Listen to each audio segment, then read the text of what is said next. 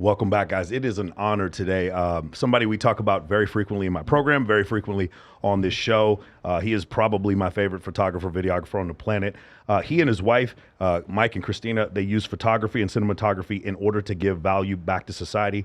They use photo shoot experience as a therapeutic experience.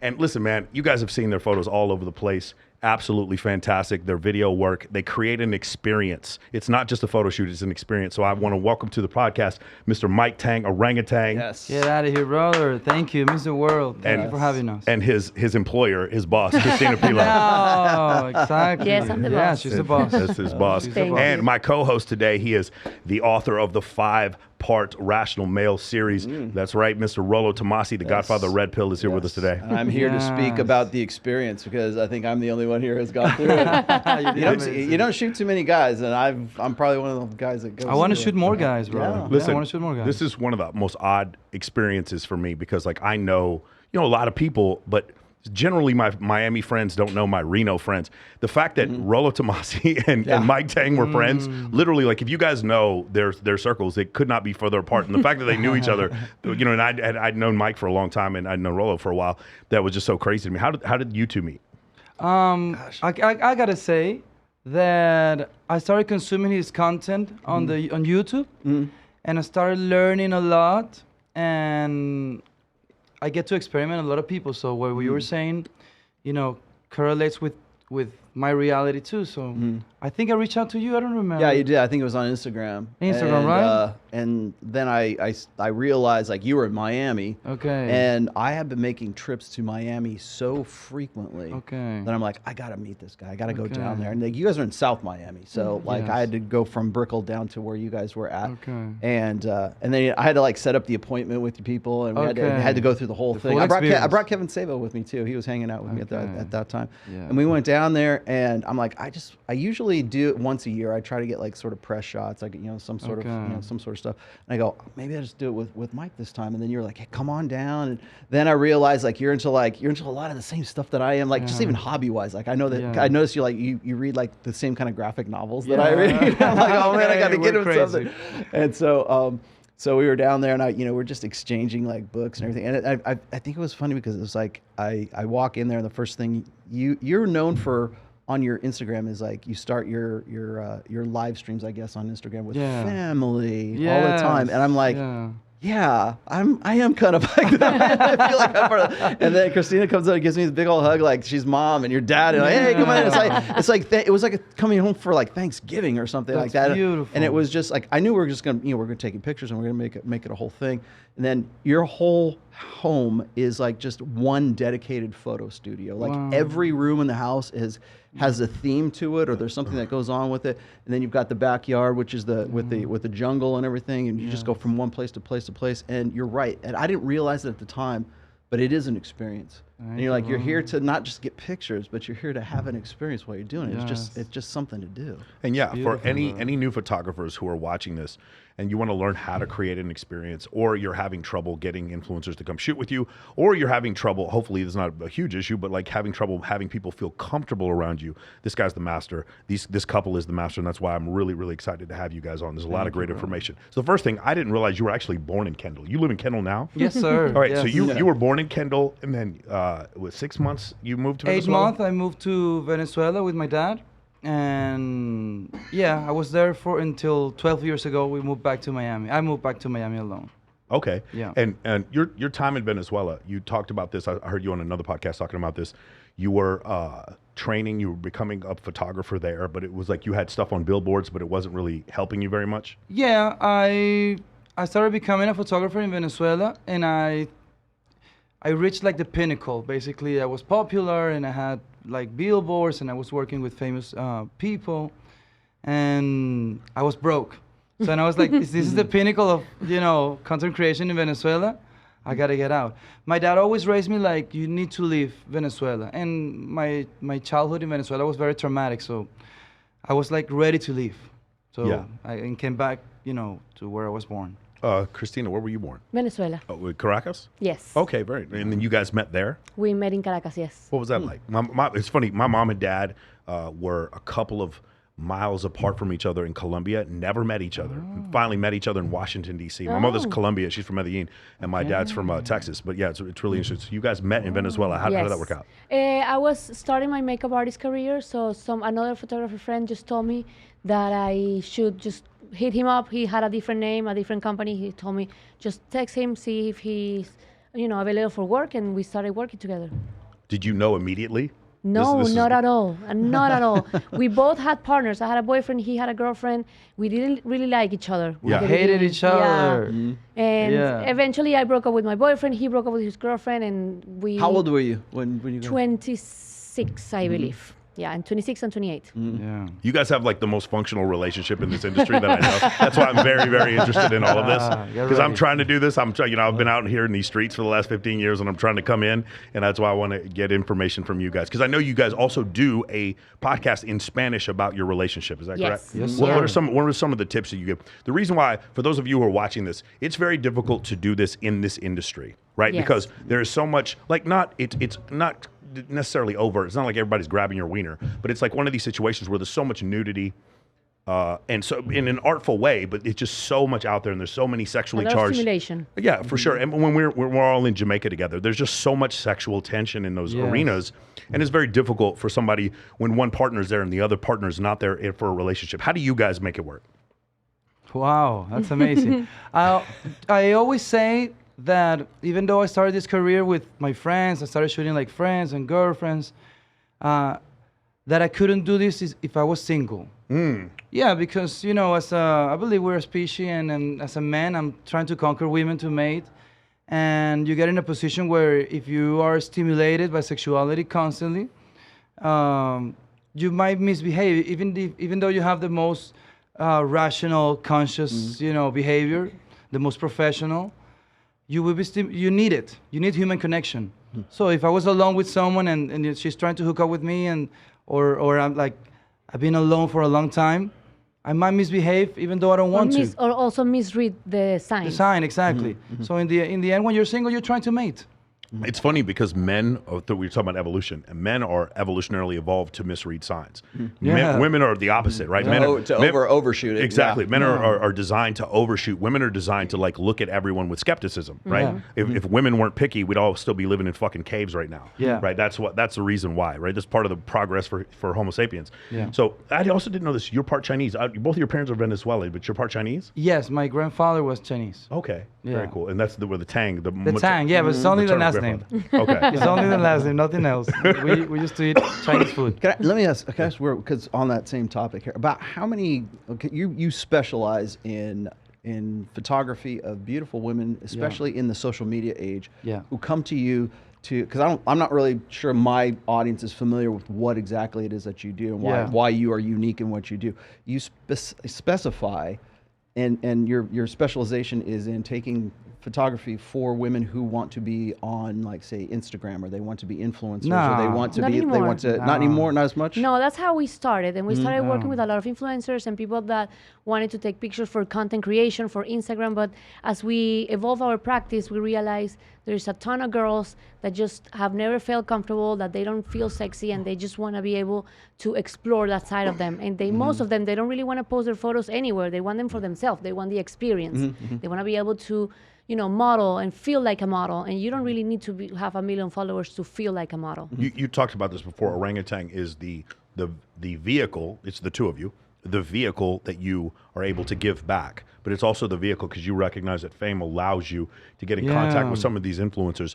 And how Alex Hormozi says the same thing. Like, he doesn't like social media. He's extremely popular, but once he saw how much he could affect the world through the fame and popularity that he had, it's almost like you sell them what they want and teach them what they need. That's exactly what we're doing, and it's very conscious today. When I was younger, I couldn't explain this to myself. Like, I was a little disappointed on myself because I started a career of taking photos commercially for someone and then changing their face, and then they were selling something and sometimes, since I was in the back, I saw the reality, and they were selling something like I wasn't supporting.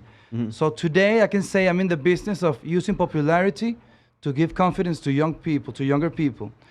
So let's say I shoot a famous girl, and a lot of people, admire her. She gives me power, popularity, and I make the younger girls insecure my voice has a power over them. So I can tell them, you're beautiful too. You don't have to look like her. So that's literally what we're doing constantly every day, giving confidence to younger people. And it's a little hard because I still need to work with people selling some realities I don't love. So it's a game that I'm playing. I love the game, but I hate the game. So I'm doing my best to provide value to society this way. I'm using my popularity to give it back to people that needs it. About how many like women? How many do you photograph, like say in a week, like per week? Like what's the volume like that? We used to shoot, I don't know, 60 a month, 70 girls a month, like crazy. So we have toned it down because we've been trying to give the message differently, the message in a more broader way. So we started the podcast. We have brands. Cristina is now a health coach. Cristina is an amazing vehicle because she's physically attracted and she's incredibly smart. So she has, let's say, an easier way to deliver the message. I look this way. I'm a little more scary, so I'm more like a preacher, more romantic. But she explains things in a more, digestible way. So we're an amazing team, and we're both trying to provide the same message. Whether we're doing photos, somebody buys our product, we have an app. Whatever we're doing, we're just trying to give them the same message. Try to be real, how to make. I want to be like a Tony Robbins for rebels. Yeah. So the reason I asked this is because a lot of guys, a lot of critics, let's just say, of like say Myron and Fresh on Fresh and Fit, they have girls go through their like I don't even know what the body count is for the girls that have been on there. Oh, their body count. No, well, no, the number of ladies that have been on 1,700. 1,700. Yeah. Okay, so. The reason I'm asking that is because when you're dealing with that kind of volume and you're seeing, especially in, like people seem to think that all the girls that are on Fresh and Fit are just from the Miami area. They're not. Yeah. No. And you're here in Vegas doing shots travel. here. You travel, you have them come to you as well. And so I think what I was getting at is when you see that many women come through, you kind of become a better, I think, judge of character, a better judge of like because you have people, you have female so many nature. people that you can study and you can kind of like find patterns, exactly. So you can find patterns into the type of the reactions or the behaviors or how they look and how they act, and that's how we actually evolve our practice. We were seeing so many girls all the time, constantly having the same issues. We decided to like switch a little bit the way we were trying to give the message. Yeah. So one thing that happened that made us change is like, for example, we went to London and we saw the influence of Miami girls and the famous Miami girls. And I was shooting, and I don't know if I should say I should say it. Yeah. I don't know. Yeah, I should Say it. Okay. We're in the trust nest. Yeah, come on. No, I think it's interesting because, Yeah. I was shooting a very beautiful, gorgeous Indian woman who was trying to look like a Colombian woman. Right. Okay. This Colombian influencer, she was huge, and she has her abs done, booty done, boobies done. We're not against anything. We're just against lies. So if you say your booty is real, you're going to influence a young girl to try to reach that in a real way. But if you say it's fake and you got surgery, no problem, bro. She can get surgery. So I was in London shooting this beautiful Indian girl. She got in shape, and she was depressed because she couldn't look like this Colombian girl. And I told her, to be able to look like that, you need surgery. Okay? You cannot. But she says she's natural. No, she's not natural. I know her. She's a friend. But she's lying. I'm against lying.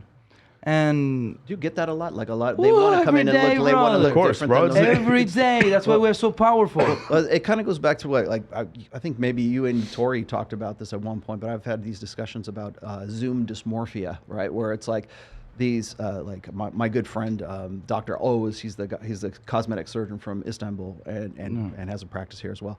But he was talking about how women would come in to his practice and they would want to get cosmetic surgery to look like they look their real selves on Instagram. Oh. Well, And I'm saying you're Wow. in a sense you're kind of like in the same business because you're trying to like create a perception that they think is their actual genuine authentic. Yeah, and I don't mind surgery. I have tattoos. I changed now I have like the nails. I'm just trying to get attention. It's a game. Cristina she has her lips done, the cheeks. We don't care. It needs to come from a place where you want to stand out and not fit in. Because when you want to fit in and look like everyone else, it comes from depression, you're insecure. But if you own what you're doing and you want to stand out, I always say, like in the strip club, there's gonna be a girl who has the biggest eyelashes. Yeah. That's the lioness.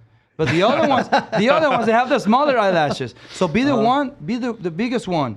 But don't do it to conform. Do it to stand Do it, out. stand out, be proud. I'm the one that's gonna disrupt. But don't do it to fit in. You don't want to look like everyone else. So what you're saying is almost like the female version of the Lion, or what's his name, Liver King, right? Liver King or Chris. Shout out to Brian. Chris Hemsworth or fucking or The Rock, or what's his name, Michael Hearn, who like clearly they're all on gear, they're taking steroids, but they're acting like they're not. I have a big I understand, because what happens is now you get guys in this thing where they're like, you should be healthy. You don't have to chase the 6-pack abs, because just for some people you have to do almost unhealthy things to get to that level of body mass. And the opposite was true when we had, Jamie Villamore on here saying, no, I prefer the dad bod. And I'm like, no, you don't. You don't prefer the dad bod. Like, you don't. Not to say that, I understand some guys are in that venue, but like most women do prefer men who are fitter. But get fit because you want to get fit. Not just necessarily to fit in, but just lower your fucking blood pressure. And there's a bunch of you're just better off when you're in better shape. Right, yeah, of which course. is something. Which is, speaking of better shape, I'm gonna skip ahead here. You're a freak athlete. Like your times in the obstacle course beat most of the men. So just for those who don't know, Paradise Challenge, the challenge is that you actually do an obstacle course at the end, and you like win free trips based on what you're doing. Christina just whips the shit out of everybody. In fact, including the men. She's not the even oldest. She's not even winded. Like when she does it. Like where did you play? Football. Like where? I actually don't really like sports. That's the only thing I do all year long is Paradise Challenge, the obstacle course. So you just run every day? I do. I run every day. All right, I that jump makes rope sense. and I lift weights. Okay, that makes sense. I was wondering like where you played linebacker, because you are ridiculously fast. Thank you. Yeah, that's crazy. amazing. Hey, one of the biggest insights to you, because I have a similar situation, was you said your mom was not present in your life, which caused a motivation in your life to want to conquer and be around women. For me, it was more like I was brutally made fun of in elementary school by the popular girls, right? But my mom was there. But like for you, you talked about your mom just not being there, which motivated you to just be around so many women. Can you talk about that? Yeah, that's like the scientific way I can explain who I am.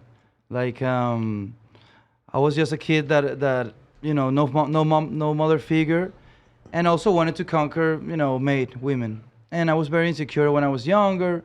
So I believe I'm a very obsessive person, and obsessively I try to conquer women in many ways. When I was younger, I had like girlfriends. I used to do like gifts with my hands and stuff to give it to my girlfriends. And at some point I found a camera, and that became my gift to people. And of course I started with women because I celebrate women. I always wanted like sisters and moms and things. Like all my friends in high school, they were like my moms, like my little moms. So I don't know. I always wanted to be protected by women and be around women. Of course, I love women to mate and stuff. But it's just I've been wanting them around me forever. So I think that's why I do what I do today. That's the way I can explain it. Today I'm trying to connect with men more, and because I was very competitive. I was a terrible friend. I was, ¿cómo le puedo explicar a ellos? Que le soplaba el bistec a la gente. Yo era un coño madre. He would take girls away from his friends. Yes, I terrible pick up ethics. every third word, by Terrible, the way. Just so you know. terrible ethics. I used to be a liar, terrible ethics, and I used to be like, if I like a girl, I'm going that way. So, but today, I believe in honesty, so I'm a different person. You talked about something that I've also had an issue with. For the longest time, I didn't want to go anywhere social or do anything unless there were 15 girls there. Like I had super successful people that would ask me to go somewhere, and I'd be like, dude, are we bringing any girls? They'd be like, no, like, fuck no, I'm going to stay at home and watch football. You said that this was an issue for you, too. You didn't want to do anything unless there were just a ton of girls there. And my male friends were mad at me. Like, I told them, are there going to be girls? And they said, no, I wasn't going. So, and at some point I became like poor, and I had no car, no nothing. And my friends had cars. They had cars. So they used me to get the girls, and they brought the cars, and I brought the girls always. So I was the guys with the girls. So always. It was a mutually beneficial relationship. Yeah. When you're young, for me it was all about women. I was going to clubs. I used to hate dancing. Now I dance a lot. But when I was younger, I was just going to clubs to meet women. I'm just obsessively. I because my mother was not present in most of certainly my formative years. Anyways. Okay.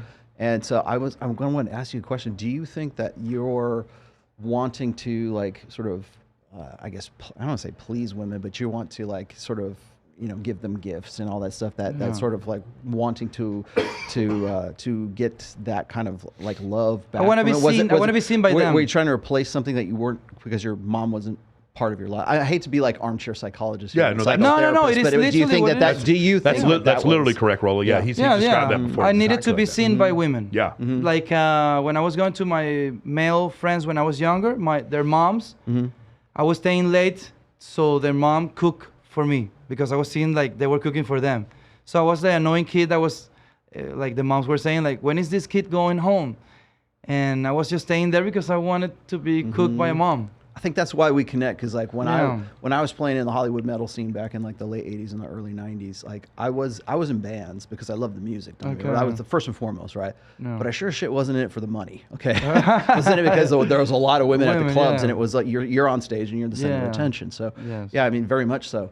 So and then of course I picked up a lot of skills along the way as a result of that. You happen to get photography. Maybe I got music out of that. Sort of being as a performer. But the reason I ask that is because I know a lot of guys, especially in like modern time, like the incel communities or like the guys who are in Gen Z right now, who have a really tough time relating with other men, as you were saying, and then they also have a real tough time relating with women as well. Yeah. But like you have these guys who will spend like small fortunes on OnlyFans girls, not so much. I mean, the sex is there, right? But like not so much because of the sex, but because of the girlfriend experience that they're getting that they're not getting from somewhere else. Yeah. And maybe that's just simply this generation's way of doing what you and I did back. Yeah, trying to connect with them. Yeah. Thankfully I was able to conquer that confidence and talk to them. So Cristina, I want to ask you, why are women, so many huge influencers, and normal women too, so comfortable being naked around Michael and you? Why? What? If you were going to describe, can you describe Mike? Because there's a lot of guys that have this question, because there's a lot of photographers who aren't as good at this as you guys are. What is the secret sauce here?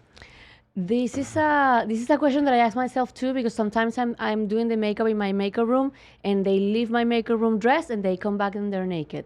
And this happens all the time. And I'm like, what's happening? Why is everyone always naked? It happens in our house. Like we try to keep this ambience where everyone feels comfortable. It's not just him. That's one thing that since the beginning, it's always been the two of us. So the fact that they know there's, the wife is there, they don't feel alone, they don't feel threatened. We also try to make the whole process very real and professional. It's not like they don't book through DM. They go through our booker, they go and then fill out a form. We explain to them how the experience goes. Then once they go to the house, it's not even just the two of us. There's 4 people at the house. The house is all decorated, so it looks cozy and fun, and it's more like somebody once told me it's like Halloween every day because you get to dress up. And then it's the setting, then they sit with me, I'll do their makeup, we talk about their life, we kind of bond. I try to make them feel beautiful and appreciated and calm and relaxed, and sometimes we can give them a shot or something so they can relax. And then by the time they get to shoot with him, they're usually a little less nervous, sometimes not really, but the way he interacts with them, respectfully and funny and very confrontative at the same time. It's like, I think they don't really have a lot of time to think. They're very confused at the same time. He gives instructions very fast too. So they're trying to hear to what he's saying, feel comfortable in their own skin, and, like sink in the whole experience. I think he makes them feel beautiful and relaxed, and the ambience is very calm and fun.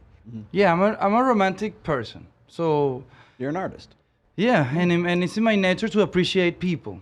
Like I appreciate everyone. So it's just a natural thing for me, and I use it to make people feel appreciated. That's so. It's a natural thing. When I showed up at you guys' house, and by the way, I did not get naked for those. He's lying. That did not. I have pictures that say otherwise. There, I did not get naked. Swipe up. I've got the photos. $5.99 on my OnlyFans. They're out there. But everything you said, absolutely true. Even when I showed up there, you get there, and if you see your setup on, because you're constantly on Instagram, you're constantly doing live streams and stuff, and so you see like little, like I already knew what your backyard looked like, a big tropical jungle already, and I see so many women who like are in that setting. I go, oh, you shot with Mike, I know instantly now. But exactly as you say, I think a lot of people think that it's just sort of this like controlled chaos, but it's not. It's like you were very, very, very organized when I got in there, and it was like, you know, very comfortable experience. It's like, you're going to shoot in this room, we're going to do that. You knew what I wanted to do when I got in there too. But again, it's like I'm a guy doing this, and like I don't know how many guys you shoot. I love it. Yeah. Just don't. Social media doesn't help me promote that. Yeah, exactly. So, exactly. yeah. But everything you were saying is like, I think a lot of people seem to think like you guys run some kind of sex cult or something that's in there. It's like, no, really, it's a photo studio, and it's very organized. No, listen, Rollo runs the sex cult. Rollo runs the sex cult, not these guys. These I mean, that's why we're in my private life, I'm a crazy person. Yeah. In my practice, there's no business. Thousands of people we shot. Ask them all. You know. Ask them all. I have. I mean, clearly, yeah. It's Literally, not, exactly. Yeah, for sure. Another thing, as far as the motivation that I loved, because this is such a great story, and I think a lot of people have a story similar to this. There was a photographer who treated you like he was a douchebag. Yeah, he died, which brother. motivated you, huh? He died. He died, really? He died, Oh, cancer. crazy. Yes, brother. Oh my God. He treated you like a douchebag, which motivated you to become a photographer. Yes, sir. Yeah. It was interesting. I wanted to. I wanted to start doing it myself, and he mistreated me so bad that inspired me to conquer it myself. And I always been inspired by negativity, by challenge. Like I like being challenged. I don't like if you tell me in the gym, go Mike, you got this. It's gonna be hard for me. But if you tell me you won't be able to lift this, okay, challenge me. I have a tattoo. Tell me I can't do it. And exactly. I'll do it. I'm that person. Exactly. So yeah. Wow, that's amazing. So the other thing is you got started by going up and down Lincoln Road, and then there was a girl from Tootsie's Yeah. who introduced you to a bunch of other strippers. So it was So here's the thing: I've had other photographers in South Florida tell me the same thing. It's like, I want to shoot all these girls, but it's like strippers have money, so they're down to pay. The same thing here in Vegas. I have some other photographers tell me the same thing. It's like strippers more consistently pay for these photos than anybody else. So that's how you got started getting paid for photo shoots. Yeah, amazing. When I got to Miami, I was broke, and I was in the streets before Instagram with a printed portfolio, and I was asking girls in the street. I went into a supermarket called Publix, and I saw a beautiful Brazilian, and I asked her, would you like to shoot for $200? And she said yes. And when I went to get the money, she told me, it's in this place called Tootsie's. And I went to Tootsie's, and I was like a kid. I was seeing the strip club and seeing everything, and it made me connect with them because I see women as people, so I don't see them as women, you know. So it was amazing to meet them and have a good connection with them because they always helped me. Like I saw them like human, and they taught me like some of them they were not happy, some of them they were happy. I started being conscious of the sexual industry, of adult industry. Also, sorry that to interrupt you, but I remember when he started working with strippers, I wasn't living here in the States, I was in Spain. But the thing is, and the reason why we connected, or he connected with the strippers and the sexual workers and everything, in Venezuela also, because we're working with sexual workers in Venezuela too, is because of the respect that there is for the model. They are used to being mistreated, and they're used to be abused, and they're used to be, you know, like touchy and stuff like that. So I don't know if you want to tell the story about the girl that asked you about her nipples and stuff like that. Oh, no, that's creepy. That's creepy, yeah. Well, a photographer that used to shoot adult females, prostitutes, he was always, of course, trying to hook up with them and stuff. And I understand, because when you have a camera, you have the people's attention, right? People are like freeze, and they're for you. So it's super creepy that you grab the camera, somebody gets naked in front of you, they're vulnerable, and you're trying to hook up with them. It's I don't use that as a tool to connect with people. For me, it's a tool to appreciate people, but I don't need a camera to connect with people. My words, my reality. That's why popularity is so hard for me. But you because understand, people give me things for free. You understand a lot of people got into photography because they can't connect with people. Yes. Right? Yes, most people. Yeah. This is crazy, brother. And I don't judge it. You know, I'm just trying to tell like, brother, don't use this career to connect with people. You use this career because you like to see things, appreciate things, and create stories, and tell your own story. But don't use it to deceive people. It's like I'm an orthodontist, and when the people are sitting there, I start touching their legs. It's the same thing.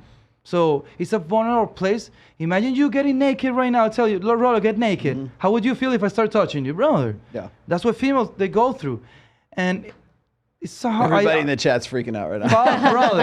And it's crazy because I understand. I get it super easy. I'm popular now. This girl trying to hook up with me. They send me naked videos. I'm just too conscious. I want to conquer my things. I don't want to be given anything. If I want to talk to someone, I go and talk and I conquer. I believe in myself. I'm confident. I don't need a camera. I don't need a setting. I don't need to drug anyone.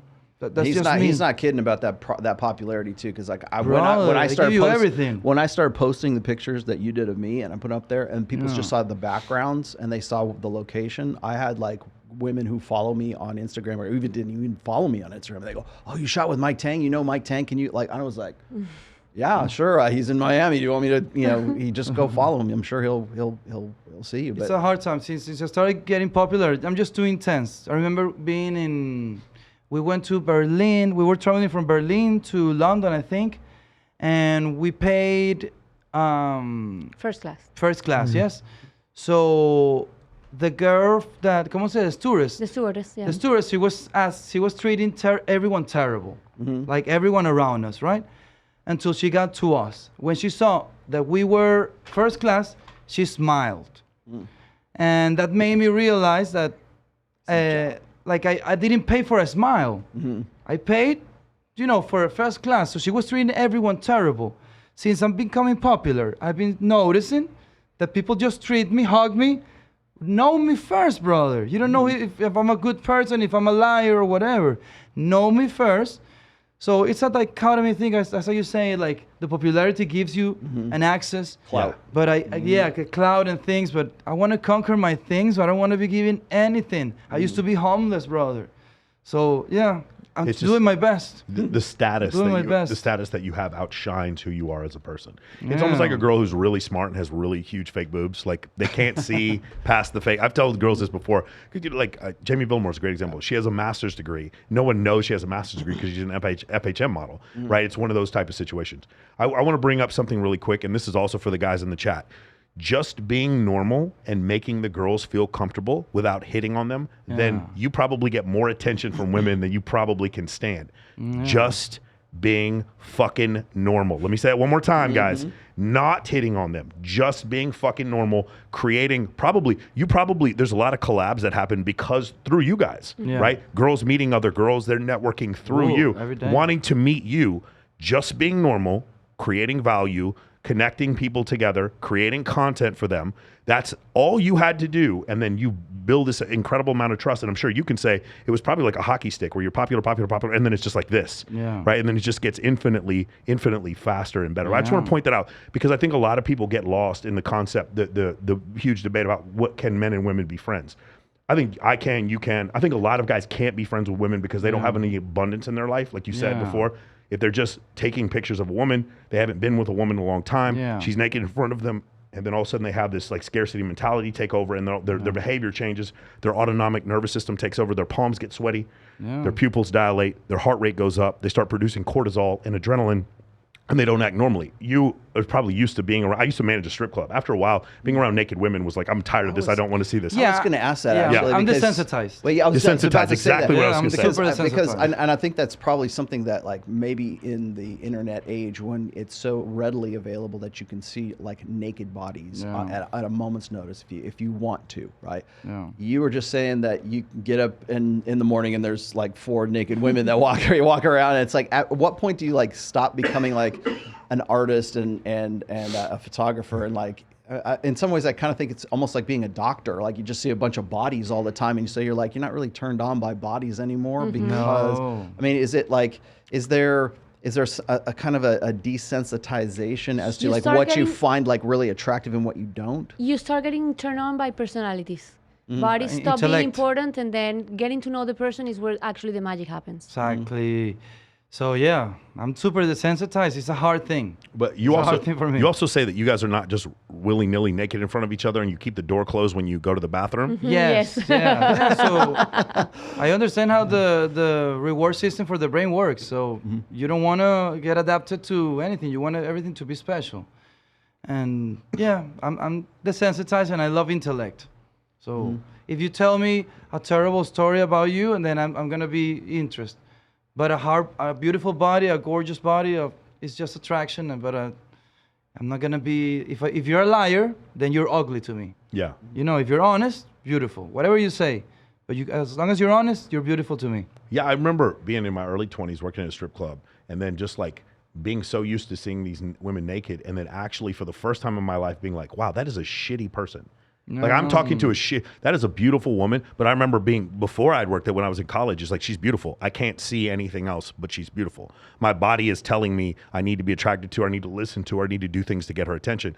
And then when I was around so many women like that, I just remember this was the first time I was like, that is a horrible fucking person. And I want to stay away from, like, I would not want to be in a relationship with that person. Yes, I believe in the evolution of language, and I believe we should detach the word beauty from physical attraction. Got it, okay. Because it's a label. So let's say I love Kim Kardashian because whatever, I want to do makeup like Kim Kardashian. Whatever she says is beautiful, it's a label for everyone that admires her. If I say something is beautiful, everyone that admires me, they're going to think something is beautiful. It's a label. So just say, I'm attracted to this, I'm attracted to this. But put the label of beauty. You need to earn beauty, bro. You cannot not go to the surgeon and buy beauty. You're buying physical attraction. You know, I know what everybody in the chat's going to say. They're going to be like, no, there's an objective standard, an objective distinction of what is beautiful and what's not. I understand. I 100% understand that. But what he just said right now is why you guys in the chat complain about big collagen lips.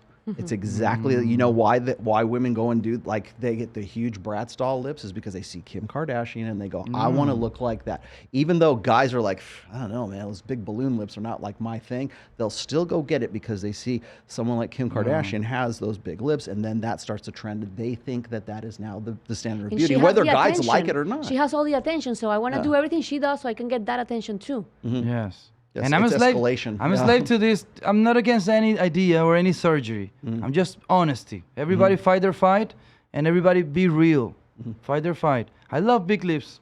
I hate that I love them. I hate that I love them.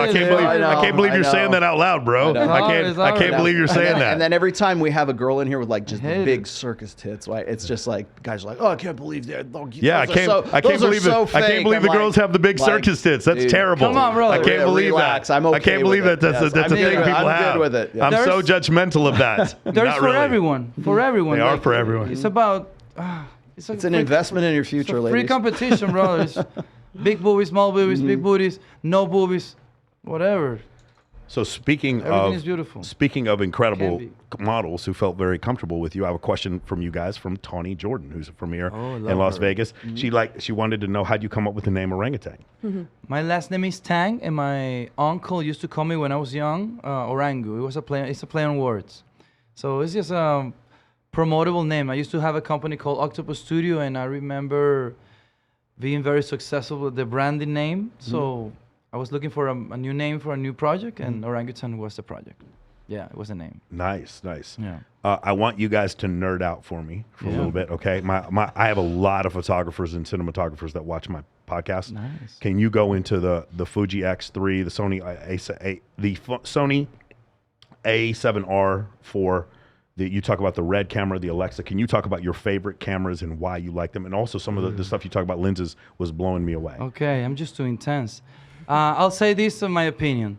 Sony is for young creators who want to do a lot of post-production. Any Sony camera. It's a beautiful canvas to do a lot of post-production. Fuji is a very efficient camera. You're marrying a look. The baked colors of Fuji. If you want to be efficient and create a lot fast, Fuji.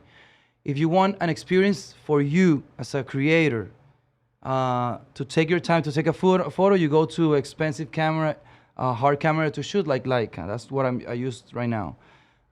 Canon is a simple camera as well. The problem with Canon and Sony is it's a professional phone. So you take so many photos that you don't appreciate what you're creating. You have too many. It's like going to Netflix, too many options. So if you take your time to take a photo, you'll be a better photographer. You buy an expensive camera which has less options. Olympus is also an amazing camera for color. So all cameras are amazing, bro. It's just depending on what experience do you want and what experience you want to provide to the people you're shooting. What's your workhorse camera? What do you use mostly? What's your Well, go-to? this is interesting. Your go-to. When I shoot a girl that is not a model, that needs to feel beautiful, I use that Olympus because it's fast. So I'm not focused on creating. I'm focused on making them feel beautiful. It's a game. I'm like, okay, you got this. Come on. She's like, I'm insecure about my body. I'm like, no, you got this. We have all these people cheering for her. It's more of the practice, a therapeutic practice. When I'm shooting a more standardized elite model, I use Leica and I use manual lenses and slower cameras, harder to shoot. I think you used Olympus on me. No, I use both. No, I use both. Did you? No, yeah. When I shot you outside, I gave you the experience. When I shot you inside, I created a proper photo. So I mix it up. I use both. When you say Come on, brother. Hey, just so we know, just so we're clear here, like the shots that I use for the thumbnails for Access Vegas, this is the guy. Okay. Just so we know, that's how good they are. when you say slower lenses for the layman's out there, Manual lenses. you mean the manual, but when you say slower lenses, you mean like 4.0 f-stop, stuff like that? Yeah. Okay. 1.1. I have 1.150. So that's a real fast one. Super that you fast, super open, yeah. So here's the other thing. So in 2014, I shot at the Playboy Mansion in a Canon 5D Mark II. Okay. My iPhone now shoots better video than the yeah. Canon 5D Mark II. My iPhone now has internal stabilization. It can shoot in 4K, 60 frames a second. It has incredible low light noise reduction. The camera I have now does its own fucking color correction. It's got autofocus. It can do bokeh with all three lenses. There's so many things that are going on now. Do you see these three things collapse? So like at the top of the line, we're talking about the Alexa and the Red. In the middle, we're talking about the DSLRs and the mirrorless. And at the bottom, we're talking about the handhelds. And we'll even throw in the first camera used was a Sony RX100. Was that it? I started with Canon. Canon, or was it the RX100? It's 40D. Okay. Canon got it. 40D. Okay. Do you see these three levels converging? Do you understand what I'm saying? Like we're going to get to the point where we're able to compress a sensor so much that you're not going to be able to tell the difference between the. That's going to happen, but it depends on, like what I said, the experience that you want to have to create. Yeah. The phone is not cool. A camera is cool. Yeah, it's not cool, but it's also there when the experience is happening sometimes when other things, like it's easier to shoot on a roller coaster with an iPhone strapped to your hand than it is to shoot with a Red. Yeah. It's like for me, that's why I say I'm not a photographer. Yeah. I'm just a therapeutic preacher that knows how to take photos. You're an artist. You're an artist. Yeah, literally, I'm not a photographer, bro. Like, you come to me to feel beautiful. Yeah. That's it. I don't want to. You're not coming to me to take photos. You cannot tell me how to take the photos. You cannot tell me how you want the photos. You literally come here, no expectations. You want to feel appreciated, the best experience for grown-ups, because we stop celebrating ourselves. The Forever 21 thing that you say, I shoot 60-year-old women and they think like, I'm not beautiful, I'm wrinkled, and I tell them, no, you're gorgeous, you're a mom, you conquer life. But they want to be 21 again. I'm trying to tell them like, you don't need to, brother. I'm celebrating you, celebrating your scars. So I'm on a different reality because I see so many insecure people that I get to experience something that nobody does. Yeah, I think in Rollo, we talk about this sometimes, internal self-worth versus physical attractiveness. Those are the two different things. That's why you said you want to separate the word beauty from physical attractiveness. Good observation. So the thing about physical attractiveness is it is objective. If you were to take, I've been hosting, I hosted my 47th bikini competition this last summer at Wet Republic. And if I take 10 guys and put them out there, all 10 of them pick the same girls first place. Beauty is objective. Internally, though, like once you're used to seeing women, beautiful women all the time, you start to see some of them are so insecure that physical attractiveness is objective. Beauty is not objective. Beauty is subjective because some people are just like, I prefer women who want to rescue animals. I prefer women that have some level of empathy and agreeableness, right? So it's that kind of thing. And when you're so used to being around beautiful women, the beautifulness doesn't stick to you as much. It doesn't affect you as much. You don't walk in with a fucking heart on as soon as you see the girl, like immediately, right? Like some new photographers may do that. And so that's why I like that idea where my internal self-worth, the internal self-worth of a grandmother who's 60 years old, who's raised her grandkids, help them get through college, she should have a high self-worth. Yeah. Even though she may not be super high on the sexual marketplace, she has grandma has a ton of self-worth. It's like I talked about this with I think it was when I was on Myron Fresh at one point. We were talking about Paulina Porzakova, and she was in the news like I want to say probably back in like March. I remember this. And she was talking, and now she was, at the time, I believe she was like 57 years old. She used to be married to Rick Ocasek from the Cars, right? And he passed away. And now she used to be a supermodel, and she wants to get back into being a model again. And she was complaining about like, oh, now that I'm 57, I'm sexually invisible, and I want attention. But the kind of attention she was looking for, she wanted a comparative attention to how she used to look when she was in her 20s, when she married the rock star Rick Ocasek, right?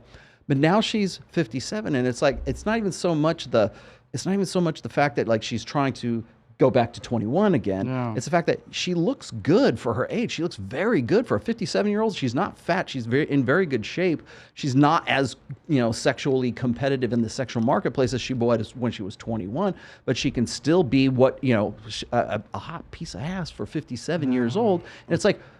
I think that's maybe the difference between like growing old gracefully and then trying to like sort of like be something you're not. But she could be growing old gracefully. What she's still trying to do is compare herself to a younger version of herself, right? She wants the same attention that she would have got from this is such a great example. Competing in the wrong market. I do not get to sue the National Basketball Association because I'm not allowed to play small forward. I'm not 6'8", and I don't have a 42-inch vertical, so I don't get to play in the NBA. That doesn't mean my self-worth is bad. I go rescue fucking animals. My self-worth is based on other things. That's what I'm saying. What happens is now we have somebody who should have a high level of self-worth, and they're sitting there trying to compete with 21-year-old women for these men. And that's that is one arena to compete in. Granted, it's a tempting arena to compete in because it can get you into really crazy, like what you guys do. It can get you into incredible places, invited on yachts and get to go on parties and get to go to Jamaica and all the kind of stuff that we do. You want to feel young forever. Yeah, for sure. I do actually want to, before we move on, you talked about photography. For cinematography, you talked about the Alexa Mini yes. and then the Red. Can you talk about what cameras you like for video? My favorite camera that I own is like what I love the most is the Alexa Mini because the motion is the one that emulates cinematic motion the most, the Alexa sensor. And the Red as well because it has a global shutter, a beautiful color. So I have them both, and Alexa Mini is my favorite cinema camera. How much is the Alexa Mini? When I got it was 55. 55,000. 55,000. Yeah. Right now it's like 48,000. Yeah. Yeah, and the most amazing thing that I own is polished lenses, some Lomo lenses that I bought. Yeah. So what are Lomo lenses? What does that mean? Well, this is these are the lenses that I have are like very unique lenses. Like there's no replica of it. So they're anamorphic lenses that I bought in Poland, and they're just unique character to those. Like you cannot replicate them. There's no two lenses alike. So I have a set of 3, and that's what I love the most. Yeah, for those of you who don't know, Game of Thrones was actually shot on the Alexas. Oh, really? Yeah, it was shot on Alexas. A lot of shows you will see are shot on Red or Alexa. TV shows that you watch on Netflix, they're originally shot on that in like 6K. Okay, awesome, man. Are there any super chats? Just a couple. Hold on. Can you read the super chats? I gotta go. One of them go to the bathroom. One of them says, "Juicy thumbnail, Rollo, 10 of 10. Thank you very much." And courtesy of Mike here. And then I've got Julio Hernandez. Julio, I'm going to hang on to yours real quick and wait till Mike comes back here. I wanted to ask you also, as far as like photography is concerned, we were already talking about like how women will come in and feel like insecure being around you. Like, do you have any like stories of like what's the best case scenario for you, and then like what's the worst case scenario for you when a woman comes in for the experience? I love everything because in the end I have the intent of teaching people. Both of us. Christina is studying a lot of academics, so she's teaching people. And I studied in you, and I'm trying to give information to frustrated people. And sometimes when a girl has terrible energy, sometimes they come from a background where they hate men, and I see it. They don't look at me in the eyes. They mistreat me. It's all about Cristina. So to them, I have the intent of, I tell them, like, give me an opportunity. I'm not all the men that you have consumed in your life. So to them, I'm very confrontative. And usually it's amazing because they thank me at the end, and they're like, thank you for telling me this and confront me. With the girls that are feeling insecure and they feel down and they don't feel like what you say, like they cannot compete in the sexual marketplace. That's how you say it.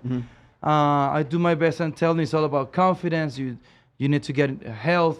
I direct them to Cristina because Cristina is an amazing health coach.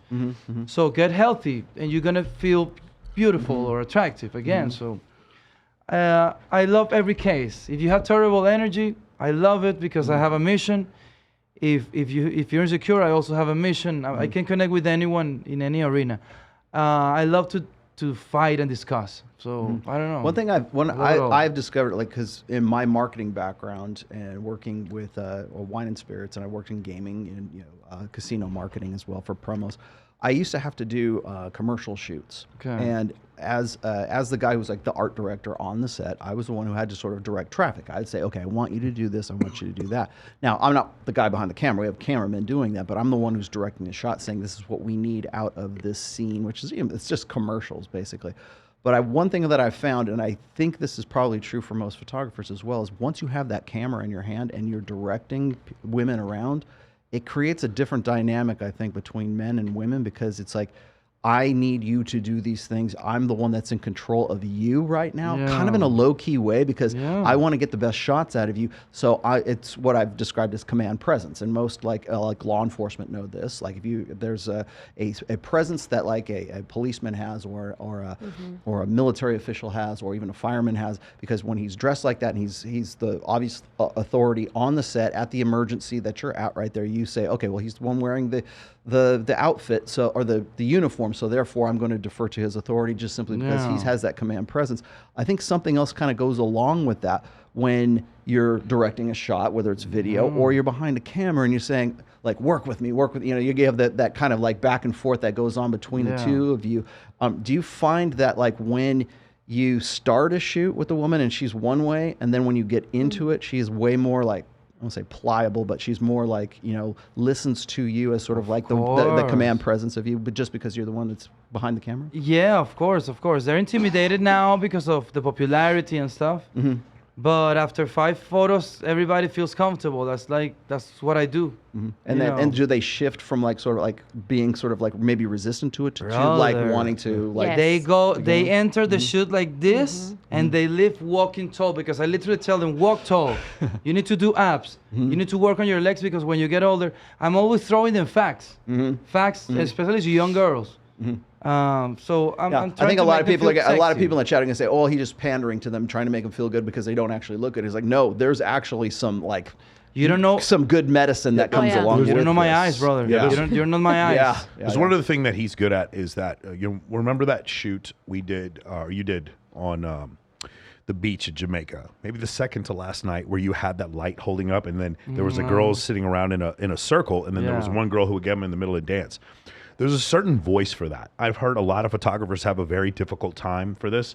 A lot of photographers are like, they want to do a group shot, and they're like, hey guys, look over at me, and they sound like they don't believe in themselves, right? I mean, that's one of the reasons why Joel brings me to Paradise Challenge, is because I know how to talk to these girls without, and I don't want to offend them, but they're going to fucking listen, because we got to hurry up and do the shot. You're really good at that, and you are really good at that, at leading the girls and getting them into formation. There's an art to that. Can you guys talk about that without coming off as offensive? Well, you have to be sure of what you're saying. Like, you have to be confident, and you have to tell them what to do and have presence on set. So I think that helps a lot on the girls wanting to listen to you. One of the things that I tell them when we're doing a group shot is that the photo is going to come out however it's going to come out. It's impossible for all of them to look good at the same time. So make sure you're not the one that doesn't look great. Yes. So they're all like, oh, wow, the photo's going to be out there. So you have to make, yourself look as good as possible. Yeah, you participated in a group shot, brother. Yeah. How was it? Okay, so you're talking about the one we did where we were all fighting? Yes. How was it? We found out. That is my future. Did you find out what the story behind what happened afterwards? Did Joel ever tell you? Yes. Now you guys got me in some deep shit. I gotta say, I love you both. I love you both, brother. I mean, we can talk about what the guy you matched me up with. I was trying to avoid the drama, but he was not a huge fan of me, Rollo. And they had us wrestling with each other. And all I was thinking about is if I trip this dude or something bad happens, I'm gonna get blamed by everybody. And I was just like, please do not let anything fucking crazy happen here. Hey, while we're on the group shot thing, if you look at the thumbnail that which I'm Yes, amazed that didn't get banned off of that, but that is the group shot. We were in Jamaica. Yeah. I'm standing right behind him when was it you who took that photo? Who took that photo? No, she's in the photo. Like all their butts Yeah, are like no, right who here, and took it? Lalo, he's maybe. smoking a. Yeah, I think Lalo took the Lalo, photo. yeah. Or somebody was flying a drone over you guys too, and I was behind them. I was taking video of that whole thing because it was pretty amazing. The way it was like this low light thing, and the sun had gone down, and everyone's dancing, and it was almost seemed like some sort of tribal dance with a bunch of beautiful women. Yeah, that was really interesting. I saw that on Instagram. I instantly screen capped it. I go, I am using that for a thumbnail. So I don't know when, but I'm going to use that shot as the thumbnail. Now I get to use it. Because everybody thinks we're in a sex cult or whatever. Brother, I used to be religious a long time ago. I don't believe, I just believe, I'm agnostic. I believe in everything that is proven to me. I believe everything is real. Whatever is in your head is real. I'm not, I believe in everything. So come on, bro. It's just a game. Yeah. It's not a sex cult. People can leave whenever they want. It's not a cult. No. You don't have to pay dues. You won't need an intervention. I'll say what we do is not a cult. It's not a cult, even though we have a following and people come to us. It looks like a cult. But I don't make you worship me. I make you worship yourself. I show you a mirror and tell you how amazing you are. He's done videos that were like, I guess they're parody videos. Yeah, of like of course. the sex. He was like, well, if they're going to call me in a Love sex cult, I guess I'm going to lean into it and make something feed into it. Yeah, it was pretty funny. What is it? Where was the transition where you guys were like completely booked all the time? Because I know now you are. And the funny thing is, so if you guys ever come to a shoot where you guys do a group shoot, like maybe Paradise Challenge, you set up a thing like it's one day and then every girl can come shoot you. By the way, you have, a couple of girls, Katie Moore, Cristina Marie Morrison, there's a few others you've shot and like literally they were glowing after you posted Cristina Marie Morrison. She says, I'm thriving for her. She had never shot with anyone like you. And then you guys had shot Katie Moore also, and a couple others. The girl I was dating at the time, you shot her. It just changed their life. But you do this thing where you guys sit there, you get all their information, you set up time slots, and everybody gets to shoot. Because I think that's a really cool thing because a lot of times at those group shoots, it's the top photographers only want to shoot the top models, and then that's it. And that still happens a lot. Yeah. But you guys do everyone at the shoot. Can you talk about that? It's interesting, especially in events like Paradise Challenge. This is something that I don't like cancellation. I like everybody's, if you're a douchebag, talk. So you tell me you're a douchebag and I don't have to consume you. So what we do in Jamaica, for example, in these events, we do a line or a list. So we notice that some girls, they don't want to do the list because they feel they're special. So when you feel you're special, you're better than anyone, then we're like, then you don't want to participate if you think you're better than everyone. Do the line. A lot of women need to feel confidence and we're trying to celebrate everyone. So we try to do a fair game. Everybody wants to participate, and we don't want to be exclusive to anyone. So that's just the game that we're playing specifically there. We do it because it's fair for everyone. If you want to participate, we're doing our best. Yeah, and that's what the event is also about. Like, let's connect. Let's give some other people the opportunity to shoot, to do other things, to connect. And that way we don't have to we don't want to shoot the popular girls all the time. We want to shoot the girls that don't feel so sure of themselves and give them the experience so they can go and grow. Yeah.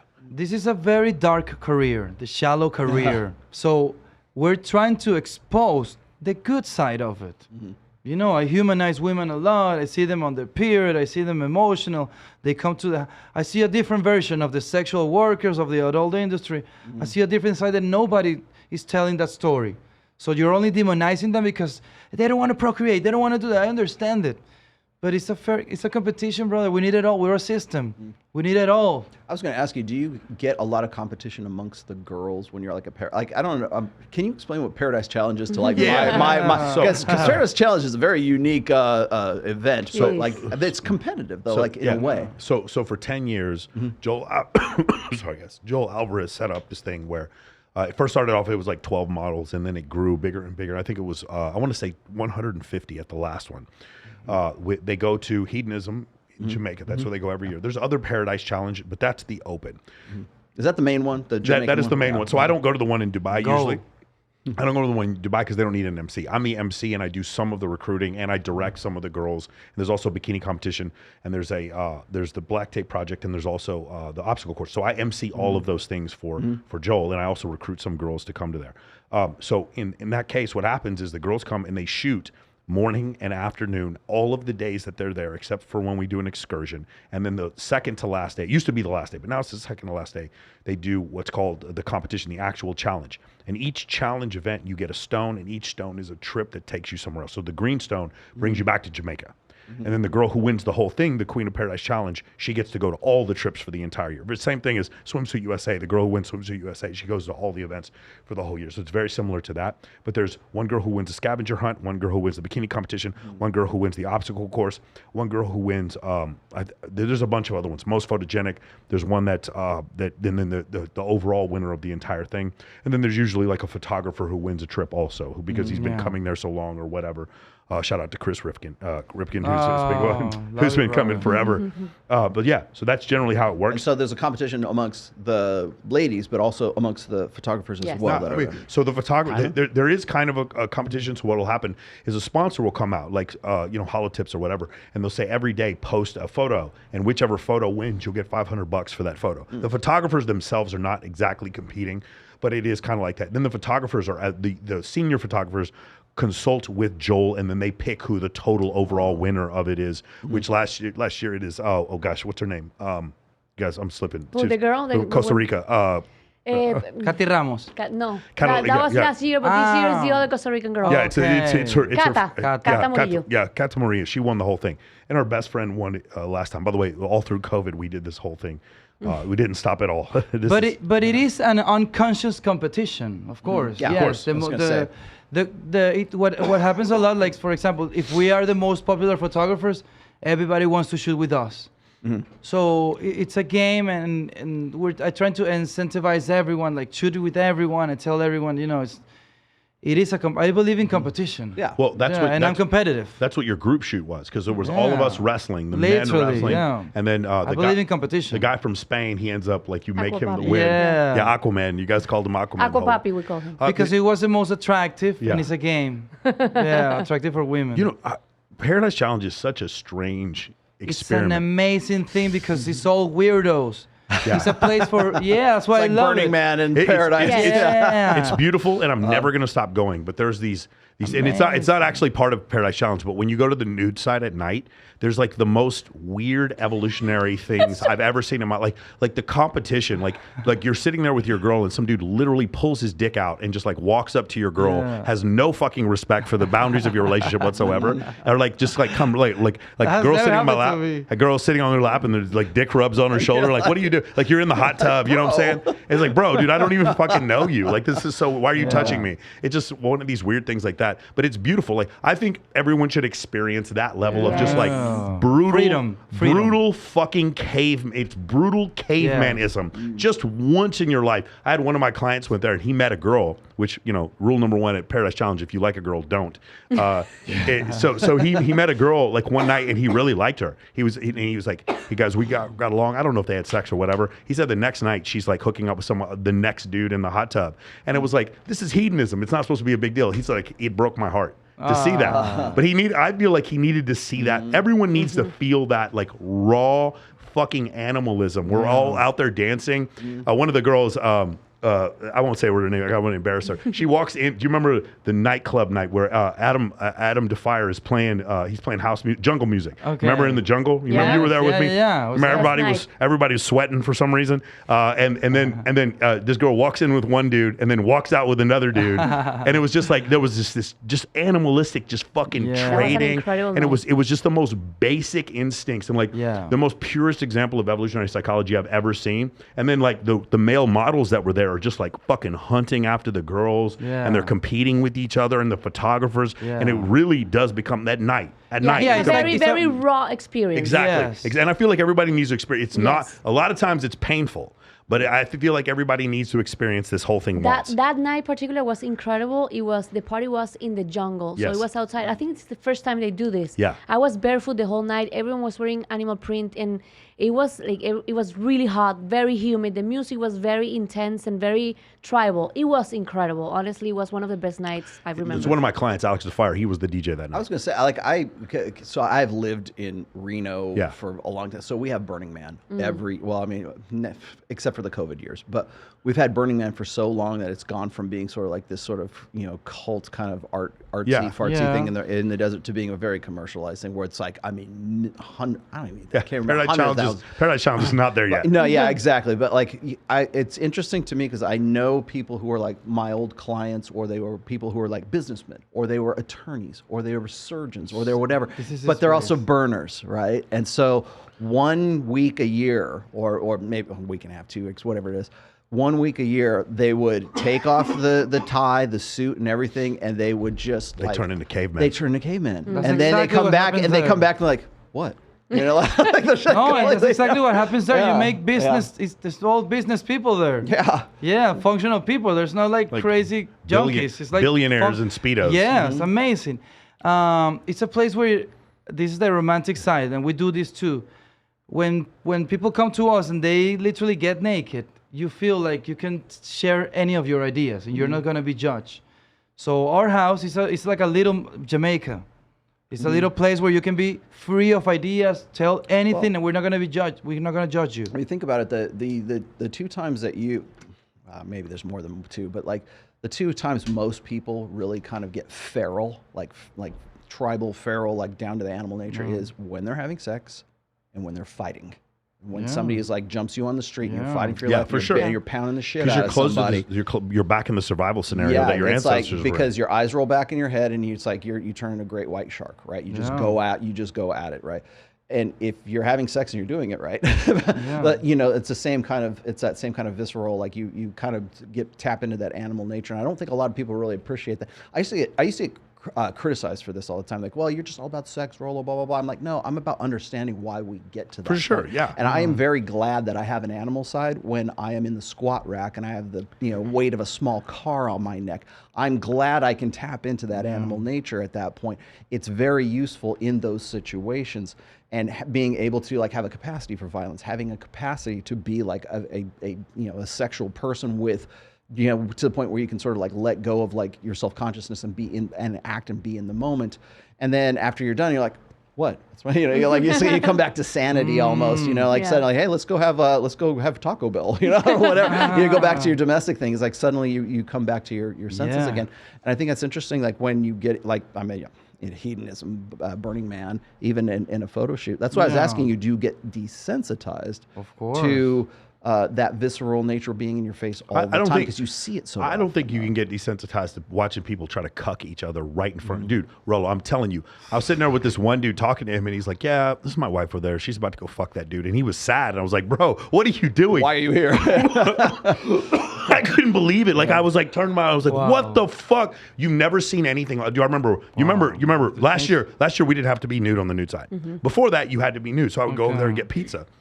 And they'd be like, yeah, man, you got to take your clothes off. And I was like, I'm just getting a pizza. Is it cool if I... He's like, no, you're making the guests feel uncomfortable. Yeah. And I'm like, no, that guest over there has 2 penises in her right now. She is not uncomfortable at all. She is living her best life. She is getting gangbanged. She is not uncomfortable by me whatsoever. I want my pepperoni pizza, and then I'm going to go back to the other side. But yeah, there's nothing. You'll never get desensitized to that. Like actually seeing people cheat on each other right in front of each other is like nothing you've ever seen. I don't want to live in that world, but dude, I've seen it once. Everybody needs to at least see it once. It's crazy. Well, See how people will react. And depending also, like he's saying those stories, and maybe we don't consume all of that because you create like little tribes, and you, depending on who you hang, you're gonna consume some things. Of course, Michael is gonna consume those crazy shit. I can tell. let me say that's not part of Paradise Challenge. That's not the official part of it. Just so you're all clear. That's the nude side of hedonism. But during the daytime, it's like the best photo shoot I've ever seen. Yeah. It's the biggest destination photo shoot I've ever seen, and they've been going for 10 years. That's hedonism in general, though. It's not just about the event itself. It's like you go there, you're going there because you expect. But except when we're there, the people are good looking. When the rest of the year, the people are a little bit older, 50-year-old. I'm not 50-year-old there's swingers. people playing dominoes. Couples playing dominoes because they've been going there forever. And they do like romantic rocks. It's like opening your mind for a week, like we were saying. So people do it traditionally. Yeah, we just bring 150 young people to a hotel that usually, we lower their age group. once we go there once a year. demographics, Demographic, yeah. exactly. Yeah, so it's yes, it's crazy. It's a crazy place where to feel free. It's a weird experience. You got to experience it to understand it, because it would change your life. You got to go there and leave the red light on in your bathroom. People go scared because I'm good. It feels Hey, like why is somebody knocking on my door? Well, Rollo has the red light on. He's expecting guests. He's expecting guests. people think that you're gonna go forced into a fucking crazy orgy or something like that. It's nothing No. like that. If you go with that intention, you're gonna do that. You'll find it. Yeah, exactly. But yeah, it's you go there to open your mind and just And to create. and not stories, co- get to not know question people. your creation. Yeah, most of the girls your are up, reality. they're up at sunrise doing Yeah. doing hair and makeup, and they don't go out at night at all. Most of the girls don't go out at night at all, but some of them do, and it's the wildest thing. Wait, I've I'll ever tell seen. you, Yeah. I'll tell you something else. It's like people think I'm crazy when I want to go see like a band like Lamb of God, or I want to go see like a hard death metal band or something, and to go jump, at my age, I want to go jump in the pit and get into the circles. Wow. That seems tribal. That seems like Yes. chaotic and violent and stuff. Like, why? That's weird. Why would you ever want to do that? But when you're there and that's how you get down, and that's what you're about, and you're just like, you're not even thinking like, it's time to go, and you just feel it, and you just get in there. And I remember having this conversation with Fresh from Fresh and Fit. I saw him, Fresh. We're driving through the streets of Brickell in his convertible Lamborghini, and it's me and him and his dog Hero, his little Shiba Inu, right? And I am as white as he is black. And we're going through the streets, and we're listening to all kinds of different music, and then like I think we listened to Steel Panther came on, because just over the top kind of glam band, and he was we're singing along to it and everything, and I looked at Fresh and I said, Fresh, I said, everybody gets down. I said some people get down by jumping in the mosh pit, some people get down at a rap some people like country music, but every human being has a need to get down in some way. And so whether you're jumping up and down at watching your favorite rap artist or country artist or whatever else it is, everybody has that kind of like that need. And maybe it's a tribal thing. I don't know. Well, but like it's music, the way I get down is Animalistic. I jump in the pit. You have the primal side, and you need to work it out. That's Everybody gets down. We just do it differently. yeah, exactly. EDC mosh pit. You don't see me at the bass pod fucking somebody else. That's why, like Love when the I mosh pit. meet musicians, I don't necessarily. You don't have to play my kind of music. I mean, I like all kinds of music, but like you don't have to play exactly what I'm about. But I have a respect for you as a musician, because now like you're kind of part of the musicians tribe. Like, or that's why I keep calling you an artist, because like I'm an artist too. So it's Yeah, like you you're in the understand the artist language. tribe. Yeah. Can I talk about this? You talk about a hippie vibe. You guys have a hippie. You mentioned hippie But I before. don't think I'm a hippie. You don't think you're a hippie? I also love that on I your don't think arm. he's hippie You saw either. that tattoo. The tattoo says no baggage on there. Yeah. Well, I remember No that's one of the excess first. baggage. No excess No room baggage. for extra baggage. Yeah, no room for extra baggage. Can you talk about the clothes? You talk about your pants. You were always buying different like comfortable pants. The Yeah. hair, the clothes, the tattoo. You have one braid that goes down, and then the rest of your head is Yeah. shaved. I don't know if a lot of It's people a know. dread. I'm gonna do that before I shave my Yeah, head. one dread. Yeah. Where's the ethos behind all this? I guess I'm just a rebel, and I wanted attention, and this is the way I got it. I started dressing like this flamboyant way, like around 5 years ago when I started losing weight. I used to just wear black, like skater look, and I started learning that I needed to change things to compute differently. If you dress the same, if you eat the same, you have the same friends, you compute the same ideas constantly, so you don't move forward. So I started getting uncomfortable. The last thing I did is my nails. I would never done this before. So I don't like them. I don't like the way I dress. I just get uncomfortable, and this is my reality every day. I love evolution. I love progression. Have you looked different in the past? Have you done like something different? Well, we're getting I to that used to here be next. fat. I used to be Yeah, fat. so you've lost 100 pounds. Yeah, 100 You said pounds. you lost 30 pounds. Yes. Can Yeah. you describe, did you take this journey together? What was it caused the change? He caused the change, actually. He always knew that us getting in shape and getting healthy was going to be good for our careers. I wasn't like obese, so I didn't really see the need to actually change my life. You don't know that you're depressed and sad and non-energized until you're actually healthy and you feel amazing. You're like, okay, I was missing out. I really feel amazing right now. So he was the one that was very, very overweight, and it was really affecting our work and our life. And he kept trying to find a way to lose the weight. And he tried every diet on the planet, and then he finally found fasting. And I thought he was crazy. This is not for me. I'm gonna die and everything. And it took me 6 months of him doing intermittent fasting, and he lost about 40 pounds in 6 months. And I was like, okay, this actually works. He looks great. He's losing weight. He feels amazing. I'm gonna jump in. And once I jump in, he always says, once I jump in on his ideas, we move faster. So once I moved, I jumped in the wagon. We both started like losing weight more like steadily and that's with everything. faster, Yes. Once you get on the bus, like we just get there faster. So losing 100 pounds, intermittent fasting, how long between when you wake up and your first meal? Today I do 16 hours fasting, but I do intuitive eating now. So I eat when I'm physiologically hungry. I'm almost carnivore, like Liver King. Yeah. And Carnivore MD. Without the trend, Minus the the trend. Anabar, No. the Well, I do testosterone. TRT. Yeah. Oh, really? I didn't know you did Really? TRT. I do TRT. I mean, okay, I cool. love it. And yeah, I'm not gonna say who I consult to, but I have different doctors and different people. I'm in a clinic in LA. I started doing it like at 39. Okay. I'm 40 now. Yeah. And I feel amazing, brother, because I didn't want the depression. I understand the mental side of it. I don't do it for fitness. I do it for mental. I do fitness because I have a lot of stories to create. But yeah, I do it for mental, not to get depressed and stuff. To lose 100 pounds, like what kind of caloric deficit were you creating every day? Were you eating one time a day, 2 times? I was eating 1 time a day, like 4 burgers, a lot of like crazy meals. Today I eat 2 big meals, steak a lot, and fries, steak and fries every day.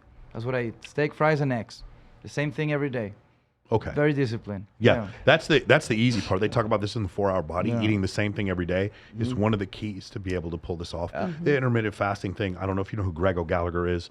Kino Body. He is one of the biggest proponents in the world on intermittent fasting. So that's where I learned. I it from love him. it, brother. Yeah, I love it. I learned Fasting is the from him. best. I started TRT when I'm 42. I'm 45 now. Okay. So yeah, Wow, you look amazing. I know. Well, as soon as I started doing shows with him, he's like, "Yeah, TRT is great," and I'm like, "God, I started looking into because I'm 54, right? So I'm like, I've never been on TRT. My TRT is a squat rack, right? I mean, Wow. I just try to gonna be say, hard for you. Yeah, so I'm like, okay, maybe there's something to this. I'm actually looking. Into it Let right me now. ask you, why wouldn't you get on TRT if it I helps just- your brain? I would do compute. it. Oh, I will. Actually, that's actually the main reason I want to do it because I Yeah. want to see what everybody. Because he was like he told me, he says, "Yeah, man, the colors are more vivid in my world now because of TRT." I'm like, okay, maybe I should try this. Maybe there's something to this. This is the best explanation I could give. So we do hypoxia training in the Air Force. They put us in a chamber and they start sucking the oxygen out of the chamber, and you have to do like math equations. By the end of it, once they get to like 18,000 feet, you don't know your fucking name. You're not responding. I have a video of me doing this. It was my 30th birthday. I'm sitting there doing this.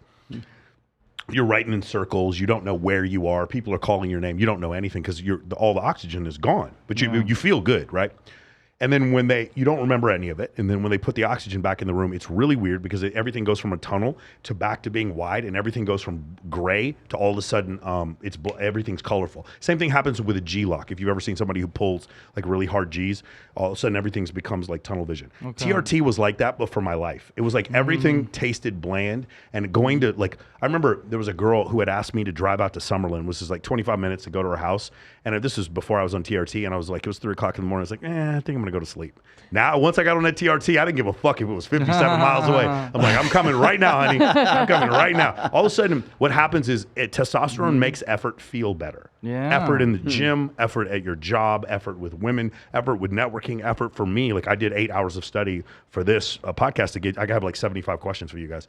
I did that beforehand, but like that was the effort that I put in order to do this. Testosterone makes effort feel good. Yeah. The problem is you can't do the same, like I'm guessing your levels are probably somewhere between 700, 900 total tests or something like that. My doctors take care of me, brother. Yeah. you can't do the same thing. You can't do the same thing for women because like a woman on 700 testosterone, it would be like very detrimental. No. She takes actually natural pills too. Oh, do you? Yeah. Okay. She's 38 and she's amazing. And you run like 10 miles a day? Yes. No, just People 3. ask me like, why? How come I haven't done TRT up to this point? And it's like I really haven't really thought about it. It's very frowned upon. upon in society. That because too. they're hacking the hormones, but it makes no sense. Everybody's messing their hormones with terrible nutrition, but they tell you don't hack the hormones. Maybe you're shaving 5 years, 10 years out of your life, but maybe you're gonna live to 1 and 30. You're gonna live now to 120. I don't think you're shaving anything off your life because maybe you're not, but what is the risk then?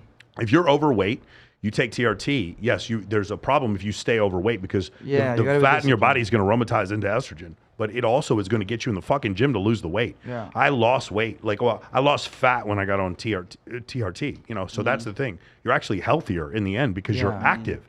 That to me is the reason why. Like, I remember I started going on Fresh and Fit, and then it was in the summer months, and I'd wear like a tank top, and people like when I do my show, Swallow you only Tomassi. see me from here up, right? Swallow. So yeah, I go on Fresh and Fit, they go, damn, he works out, so of course what everybody says is, oh, it looks like the TRT's working for Rollo. I'm like, no, dude, I'm not on TRT. I have not ever been on TRT, and like, and this is how I look. Just I've always been a hard gainer. I always have like I'm a swimmer's kind of physique, I guess. Okay. But now if I go on TRT, I won't be able to say that anymore. No, and you should be proud of it. Yeah, I think I don't society see any pride. I don't see any. You know, it's funny to say when a woman gets into like menopause, we give her estrogen and give her all kinds of. Exactly. Well, what's the like? Hack it. That's okay, but it's not okay for you to have testosterone. Your hormones are what decides your reality. Mm-hmm. Yeah, when women don't understand their menstrual cycle, they deal with problems differently every day. Mm-hmm. Every day, the way of their hormones determines the outcome. The outcome of each event. Mm-hmm. So everything is about hormones. Society, study hormones, and you'll conquer your life. It's all about hormones. He's right. So one of the problems, you remember I have this discussion about free will in evolutionary psychology. It's like insulin, testosterone, estrogen, cortisol, progesterone. These are all the hormones. And then the neurochemicals of norepinephrine, serotonin, oxytocin, and dopamine. These things flow through your system at different rates and cause people to be completely different. It's not actually free will. These are neurochemical responses that were selected for through evolution. And so that's the thing. Like, people don't understand. If you can conquer some of these things and understand how they work, your life is you're going to live a lot better or a lot happier. Like some of your ancestors probably lived a lot more healthy, fulfilling existences because of it. And we give a lot of weight to thoughts and psychology, but when your hormones are right, then you can think straight and you don't take everything so personal, especially women through their cycle. Like, we know if you make a joke a certain day of the month, it's gonna be funny, but 2 weeks later I'm gonna kill you. So if you manage a way to level your hormones and understand them, you can get to a place where every day is good. Every day you can answer your questions the best way or do your job and not be super emotional. One of the statements I love that you made, let's switch subjects here, is you have people will ask you, do you sleep with the strippers?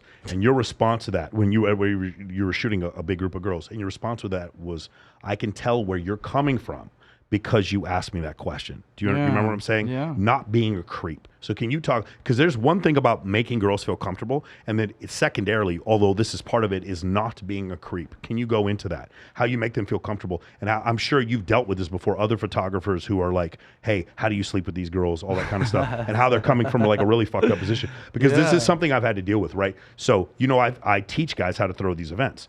My clients, I'm very, very, very strict with them. This is not lead gen for your dating life. Your only point of you doing these photo shoots is for you to get content out to the girls. A lot of guys try to copy my program, but they are trying to sleep with the girls. Okay. Right? Can you talk about this just not being a creep?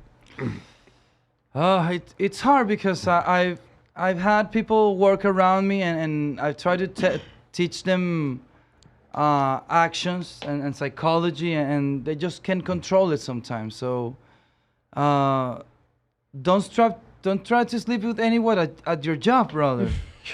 I think. Did you hear that? Keep that in mind. Yes. Yeah, exactly.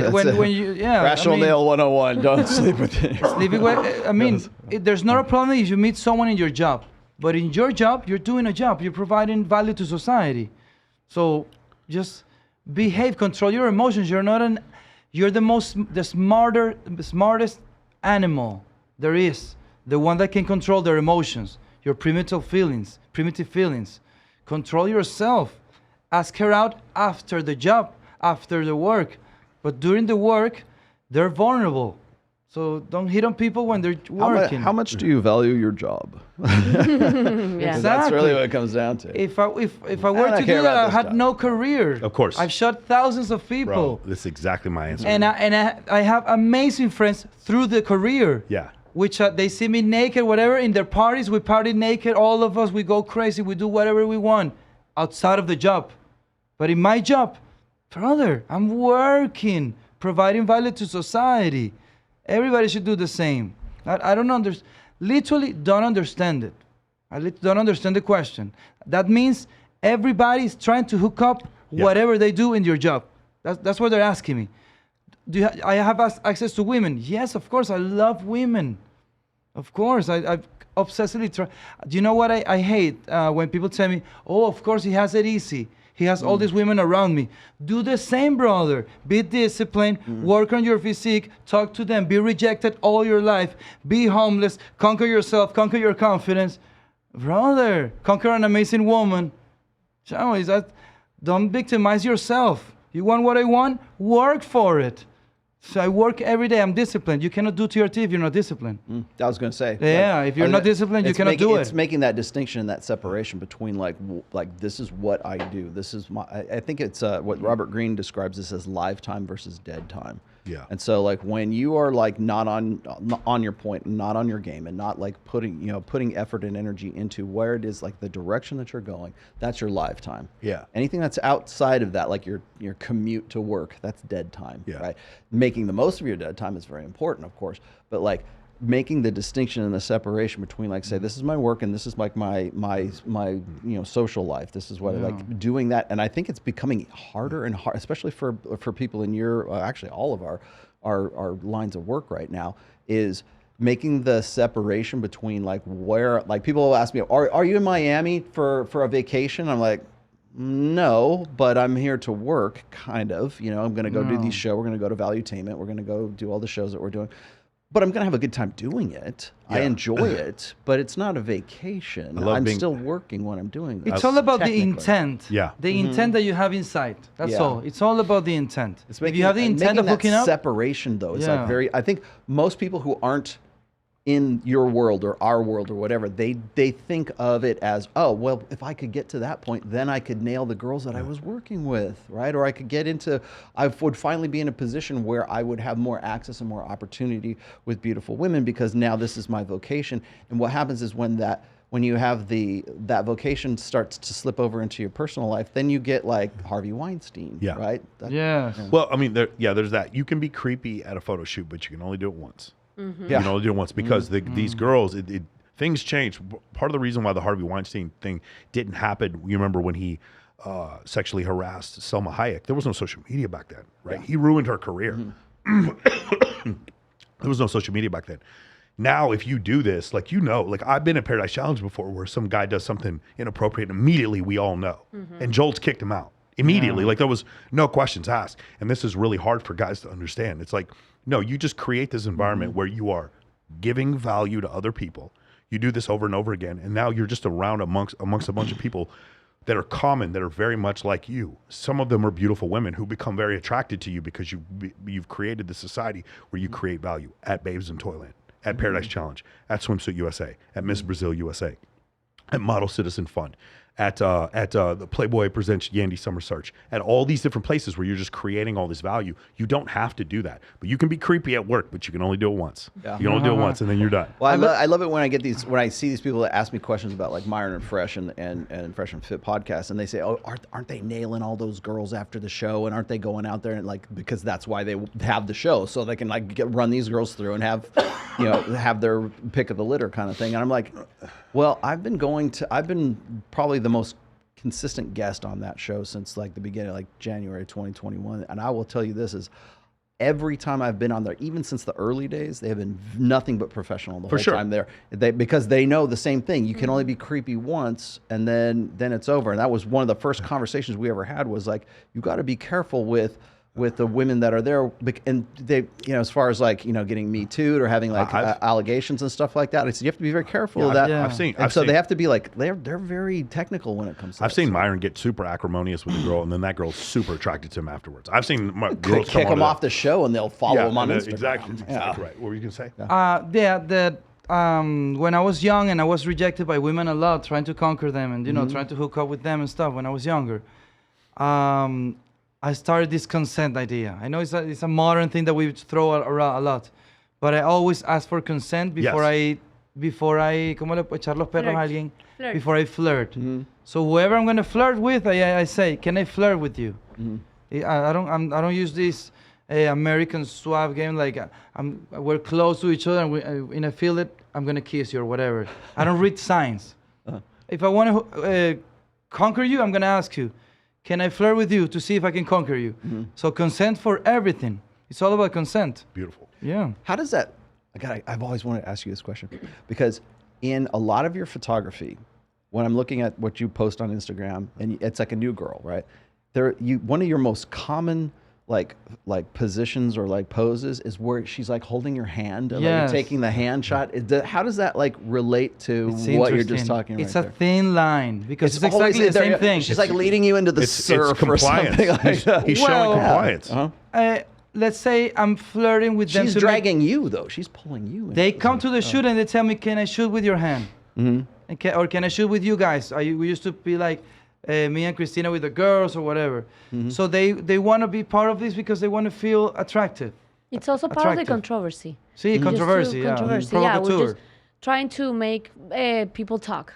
And they're talking. So once they talk, it's just more marketing for us. And sometimes the hands is being held by a friend of mine, a very intimate friend. Sometimes it's just a girl that she wants to feel beautiful because she's getting divorced. And she's like, can I use your hand to feel beautiful? That's basically what's happening.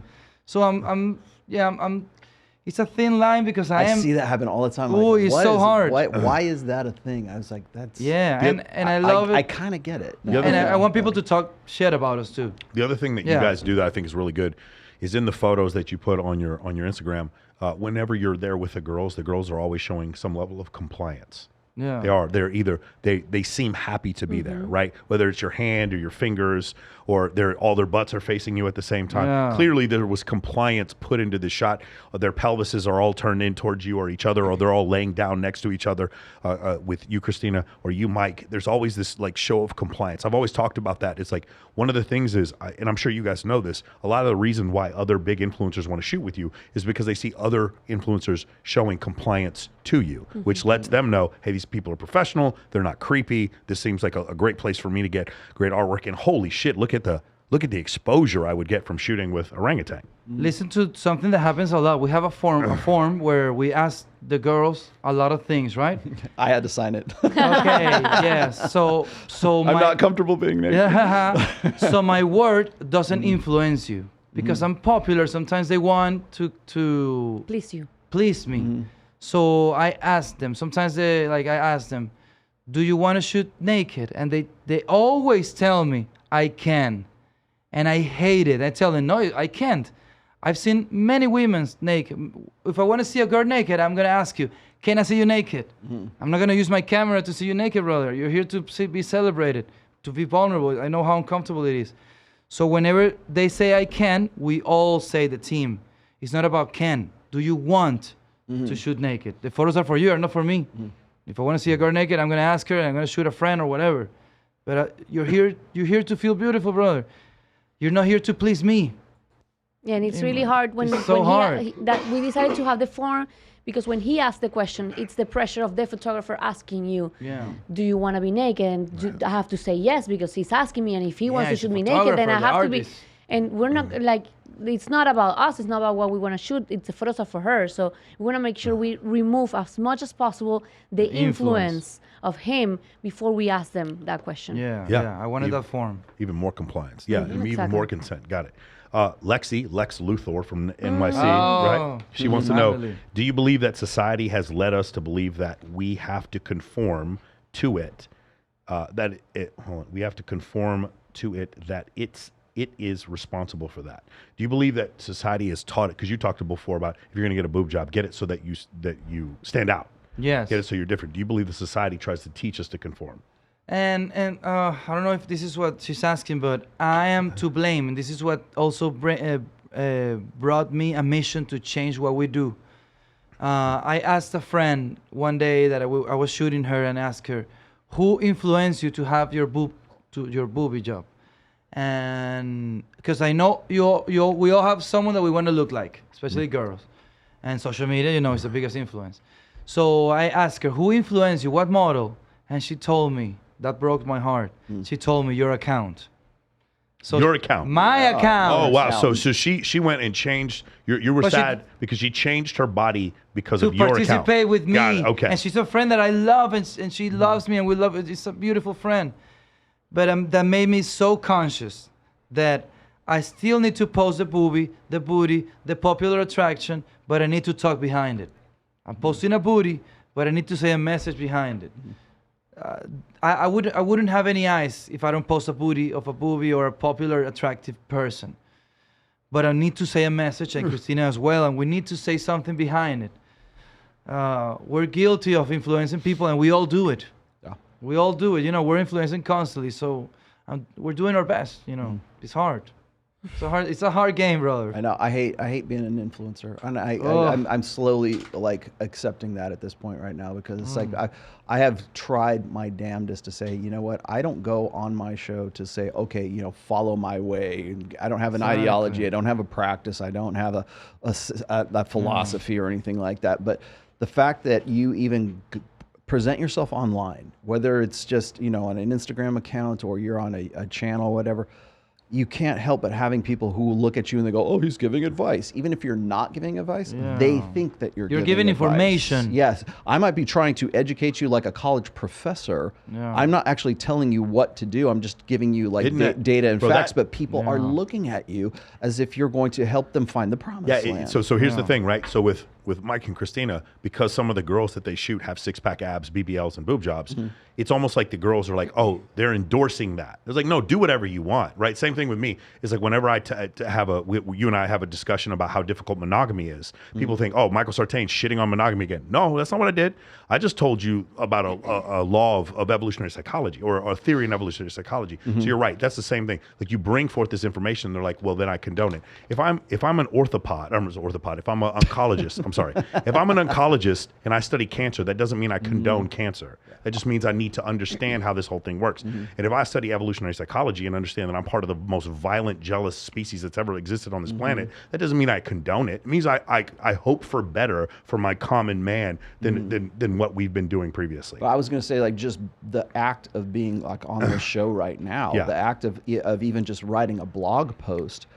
It's not even if you approach that from the best of intentions, like, there's still going to be people who are going to say he's giving advice, he's trying to influence me, he wants me to look like this, whatever. Because they're feeling. Because they get a feeling. Because that's why they're watching, right? They want to say, how can I live my life better? How can I'm looking for advice. Even if you're not giving advice, they're going to say that what you're talking about is advice for them. Yes. Yeah, that's why being an influencer is also very delicate. You have to be responsible. Yes, you have to understand you're a teacher. Yeah, you're a teacher, exactly. Cristina, how do you guys deal with haters? Yeah. I love them. Well, we don't. Mike has more haters than me, honestly. I have a very nice community. I don't really have a lot of haters. I try to use my haters to teach my community. So if I get like a very hateful, if it has foundation, or like if it's not super random or whatever, they ask me to wax my unibrow. But if they say something that I can use to teach the rest of my community, I usually do so. I like to use my haters to teach the rest of my community something about the message, or what they're saying, or why what they're saying is wrong, or the way they're saying it is wrong. Yeah. No, I love the hate, and I because now that I can talk and I'm studying, I can defend myself. So hate all you want. I have the facts and I have the experimentation to prove what you're saying has no sense. So, and also, we are drawn to negativity and controversy. Yes. So those are the best eyes. Yeah, I what she said, the fat kid in Brazil. I use his videos. There's a guy who makes these fucked up videos about us. I use his videos with my clients, and I'm like, this is what sociopathy looks like. This is what total narcissism looks like. This is what it looks like when you try to have a debate with someone and they keep moving the goalposts. Let's not let's not be like this. Let's do better. Let's do better. And that's exactly right. I use it as a teaching. I've never done this on any show. I'm going to give a shout out to my wife here. She was the one who said this, because I talk about my haters occasionally, and she sees what's good. She's probably even watching the chat right now. But she told me this. She says, it seems like online, if you like something, everybody hates you. They're like, if you like the latest movie, or you like this kind of car, or you practice some kind of martial arts that you're really into, or there's something you really, really like and you're positive about it, everybody goes, fuck you, man.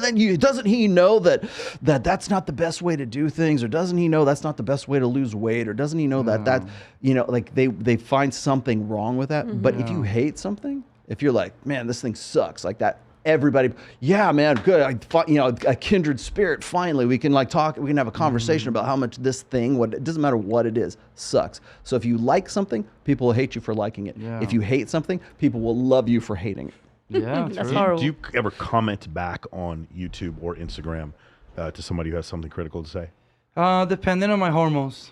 I'm Depending the on my exact hormones. same So if my hormones are aggressive, He's exactly right. I'm That's- going that time of down the and month. I'm going to fight.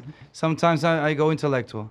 So, but I'm always going intellectual even though I want to fight. So now I go intellectual. I used to fight physically a lot before though. I do it right before I go to the gym. Angry as hell. You mentioned before you have what you call boyfriends on OnlyFans. Yeah. Because you're on Yes. OnlyFans. Describe Yes. that whole situation. And do you have a separate OnlyFans or do you guys have one together? No, but I That's what- should, brother. Getting in No, we shape. have one OnlyFans. It's called Ohrangutang Girls. It's where we highlight the behind the scenes of some of our shoots. And I slowly started feeling more comfortable at showing myself in our OnlyFans. So now I am like kind of like the main character in our page. And I call them my boyfriends because they're there we talk, I know about their lives.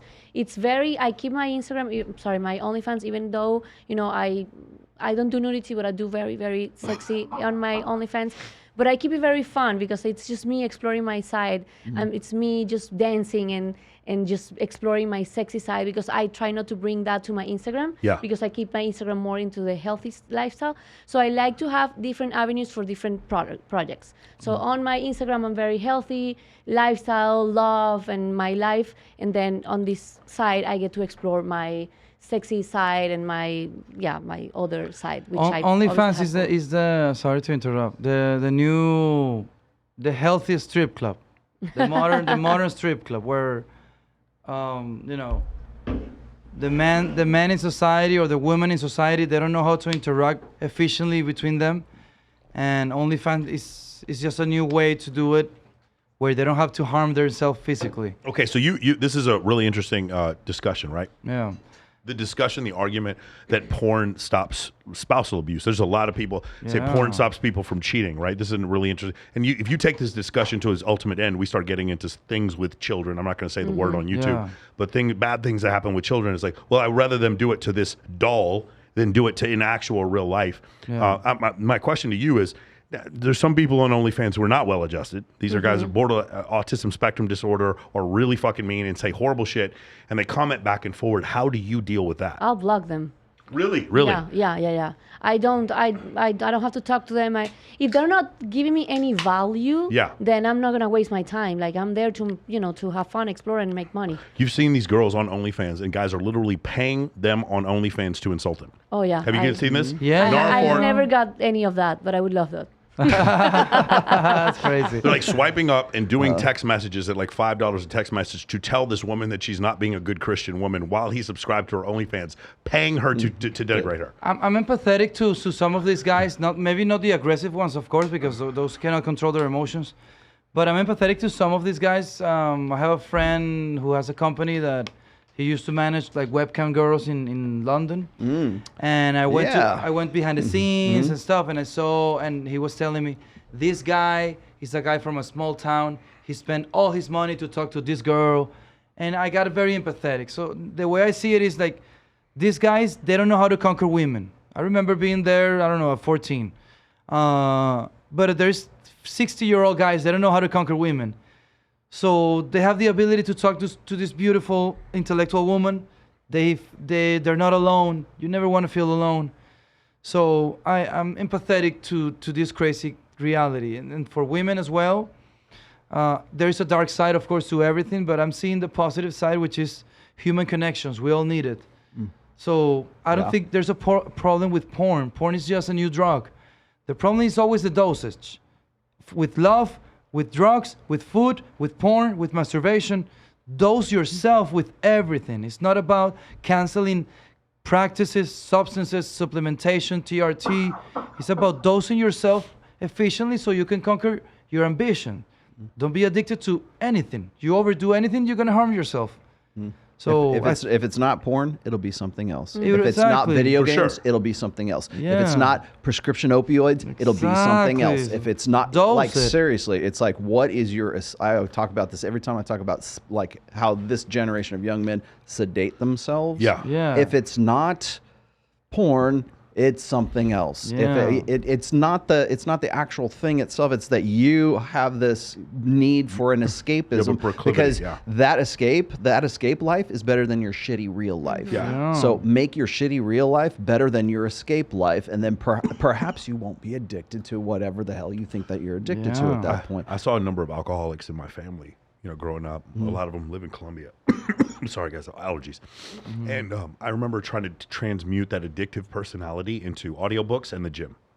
Audiobooks in the Yes. gym and basketball. Yes. Those are the things. I know that I have an unhealthy relationship with basketball. I play 7 days a week. I do Really? not have the knees or back in order to still be able to Or the play as height. much. Oh yeah, right. But it's one of these things where like I if I do it every day, I'm like kind of like centered and balanced or whatever. I know that proclivity could have been just like World of Warcraft or cocaine yeah. or alcohol. It could have been a bunch of different things, or OnlyFans. It could have been a bunch of different things to lead down that proclivity. But like you said, like you can transmute that was gonna obsessive behavior into something productive. That's why I tell people audiobooks are the thing. If you want to get obsessed with something, get obsessed with audiobooks. Change your life that way. Yeah, there's I mean, if you're trying to like break a habit or try to break an addiction, you'll hear guys who are like, they become armchair like endocrinologists or something. They want to tell you about how dopamine is this, and you're addicted to dopamine, and you need to get addicted to serotonin and all this stuff. And they're very practical in how they like sort of break that down. But what they're not practical about is how do you go about doing that? Like, what's the process? And I'm of the opinion that if you are getting dopamine from like pornography or whatever it is, that's your particular addiction, how do you replace that hit with something that's healthy, right? So I would say this is like, if you go like people who listen to music like that they really like, you're still maybe not at the same dosage, but if you're really into like a certain kind of music, you're gonna feel that, get chills when you're like listening to something like that. There's ways that you can like. Some people, maybe it's church. Maybe it's going there and they feel good when they're they're at church. Maybe it's going to the gym. You're replacing the bad way of you getting that spike with a better way, which is a healthier way. Maybe you're going and lifting really heavy at the gym. So there's ways to replace those. It's just you haven't figured out creatively how to go about doing that. Yes, I'm gonna talk about my favorite neuroscientist, Andrew Huberman. Yeah. He says that humans are more happy with human connections, basically. That's what makes you the happiest. Yeah. So you will always Which replace... explains why OnlyFans is so popular. Yeah, exactly. Or the church, for example. You go and you connect with people into this one mission, you find a human connection. So replace food, substances, gambling, whatever, with human connections, friends, experiences, trying to conquer mating, make that up your obsession. Basketball. Have friends. Human connections is what's going to make you the happiest. For those of you who don't know, I would highly recommend the Huberman Labs. That's the name of the podcast. Yes. He is a professor of neurobiology at Stanford University, and then he also has a podcast, which is separate from his teaching. He talks about it being separate from his teachings. He was the one who had the quote that testosterone makes effort feel better. He also has some really interesting data that he talks about with pornography, where he's like, what pornography does is it's this extreme dopamine hit, and what it does, it gets to the point where your baseline dopamine is now so fucking high because your brain has been tricked into thinking that you have all the sexual access that it really screws up everything else. Now other dopamine highs don't compare with this pornography one, and so you just get stuck doing this over and over again. So that's the thing. He's not saying porn in and of itself. He doesn't have an ethical problem with pornography. Just the problem is that people start having these weird neurochemical imbalances because of it. Yeah. He talks about you're programming yourself to liking watching people have sex instead of you going and conquering your own mate. So for young, I say porn is like drugs or cars or knives. They're hard for kids. It's difficult for kids. These are tools more for when you're more conscious. When you're young, you're supposed to go and conquer mate, conquer your confidence, be rejected, and go conquer your reality, whatever it is. So I do understand what he's trying to say, and Andrew Huberman is killing it because he's teaching society without intention, without an intent. Hey, just science. Yeah. It's an evidence-based podcast. Yeah, Fantastic. and he doesn't go emotional. You and me, we go emotional, and that's why we influence people. So Andrew Huberman had one of my favorite episodes ever was him interviewing Dr. David Buss, who wrote this book behind me, the Evolutionary Psychology textbook. He also wrote The Evolution of Desire. He wrote Why Men Behave Badly, The Murderer Next Door, and Why Women Have Sex. These fantastic books. One of the things, one of the discussions we have as far as evolutionary psychology is where does monogamy fit? Where does monogamy place? Rollo and I had this discussion before you guys came here, the idea of polyamory, because you guys recently did a post about polyamory on your podcast. You knew it was coming. You guys, I was hoping you didn't. So you don't want to bring it up? no, it's fine, it's fine. Okay, so that's why we made the post. I have a question from Hannah Nicole from Louisiana. Okay. And her question is, I want to know. Nicole. Yeah, I want to know what's one thing misunderstood about polyamory, and has temptation in the industry affected that decision for you?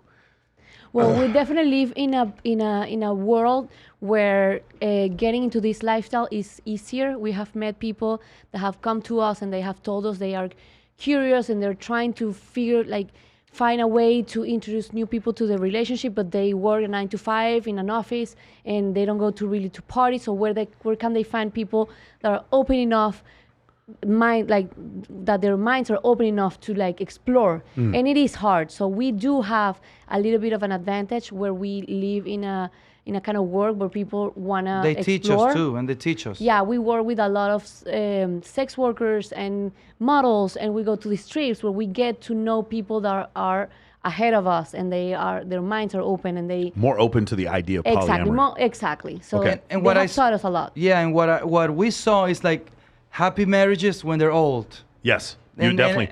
I mean, that's a Paradise Challenge. Exactly. I mean, you see them all the time. I'm like, wait, this couple is super connected. They've been together for 40 years. They're experiencing this. They're both successful economically. They have kids. So, and I see the other side, conservative people cheating on each other, Divorce. being fat. I'm nothing against fat. I used to be fat. But more into the lazy side of things. So me and Cristina, we said should we experiment this? And we have teachers, basically people that influence us. And we started experimenting 5 years ago, and it brought us together. It light a spark on us.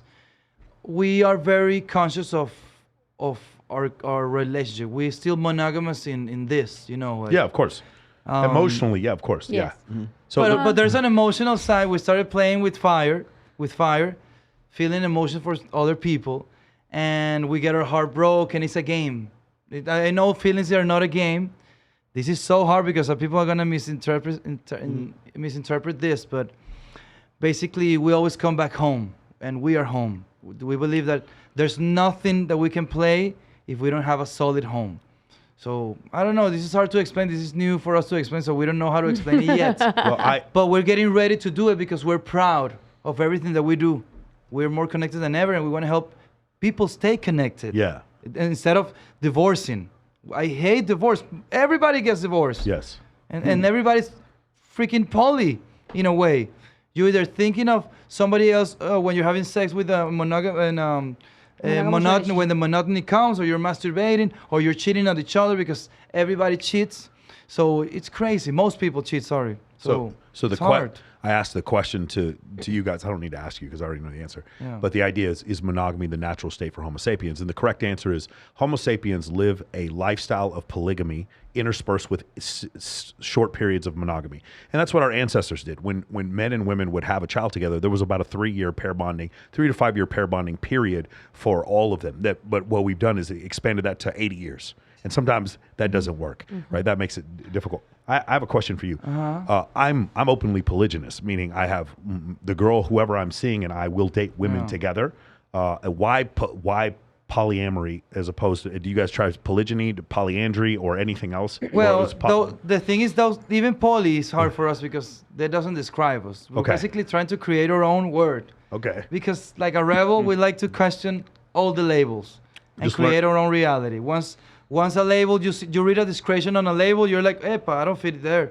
That's why, like liberals or Democrats, you're like, For sure. Some when things you I have don't like. When you have a tag, you kind of have to follow some kind of rules. So we came up with like this name. It's called open-minded relationship because we've experimented different Shout things. out to Adam. Shout out to Adam, yeah. Things that we have tried and didn't work, and we come back, and then things that we have tried, we like, and we evolve them. So there's no rules in what we are willing to try. We are down to try everything as long as we're together, and it's gonna make us better. Like home better. So there's probably a lot of people watching this that would, like, without being specific, what are some pitfalls getting into this lifestyle as a couple? You guys have been together for 12 years now. Yes. What are some pitfalls that people should watch out for? Time. What do you mean? Being in an open relationship means that you have to pay attention to more people. So Yeah. Too many open the receivers. way you invest your time. yes. So in the beginning, it was just the two of us, and our business was booming, and it was fine. Then you start introducing more people, you have to give them time too. So I have my family, my business, my friends, my hobbies, and everything. And now I have this person that I have to also give attention to. So somebody's gonna suffer. Something is gonna suffer. Either my personal life, my life with him, my business, something. So that is something that you have to be very, very aware of. You're not gonna add more time to your day. So something is gonna have to suffer. And we don't know if this is gonna be forever or not. I think we're experimenting. We're feeling amazing, and it's making us talk more, connect more, be more honest with each other. We don't know if it's gonna last forever or not, but. And you guys don't have any kids together? You have no children? No, we have many people. Have you ever that wanted we're to have invested kids? to. Do you Yes. want it? We wanted to have kids for a time, and then some things happened, and we started questioning that idea. We realized it's not something we wanted to do. It's something that we were supposed to do, and we just decided She got against pregnant. it. She got pregnant, and we lost it. Yeah. We were That's what unhealthy. happened. We were unhealthy. So yeah, but I see it this way now, like because I wanted to be a father. Here, right? You have it here. But now, instead of investing all of my knowledge into one person, I invested in many people. So all my time, I have such an amazing life now that I get to, influence a lot of people that I'm invested to. And I see them like, not my kids, but like I'm a father figure to a lot of people. Yeah. I would say For rebels. I have people hit me up all the time and say, "Oh, you only have one daughter, Rollo," because I've one. She's 24, and I've been married for 26 years. Nice, brother. Beautiful. Never had any desire to go outside the marriage or anything Beautiful. like that. But but people will ask me, they'll either I'm like not red pill enough because I'm married, or I can't be red pill because I'm married. So it's like I can't win either way. But one of the things I usually get is like guys will say, "Well, you've only had one child. Like that's not enough. Like you need to have 10 kids, and you need to live in some pre-agrarian lifestyle in the Dutch country and Amish Pennsylvania." But then. So it's like having the kid is not enough for that standard, right? And so I kind of like I agree with what you have to say. Is like I have one daughter and I have 1,000 sons. Exactly. And so it's like I have guys that come up to me that I am very influential in their lives. Some more so, some less. It just sort of depends on how I can go out there and sort of be. Like I said, the teacher, like we kept saying, an influencer or people looking to you for advice, especially in this day and age right now. So at what point is it a biological thing, and at what point is it like just like everyone in this room's younger than me. Okay. So when I don't think of it in those terms. Like I just see you as another soul. I see you guys as people. I don't think of you in terms of like what your age is or what your experience is or anything like that. If we can have a conversation, I can like impart some sort of like education and knowledge to you and vice versa. That's really what I'm thinking about. But I think that to say that like you haven't had enough kids, therefore you're like sort of a genetic failure as a result of that. Okay, well, I have kids. I've got more than a lot of people who are in this space as it is right now. But again, I would say that it's not so much the accolades or your kids or whatever. It's like, what's your body of work at the end of your life? It's going to be what did you contribute to, what did you give back to everyone? Hotep Jesus has told me this before. He says, everyone is a grifter. Everyone around you is a grifter right now. The difference is what do you give back? Yes. Everybody takes. Even if you just have a 9-to-5 job, you're technically a grifter. You're still you're pitching your time and trading it for something else. The difference is what are you giving back? Yes. I see myself as being selfish now that I study and I believe biology, and I believe our only mission is to procreate.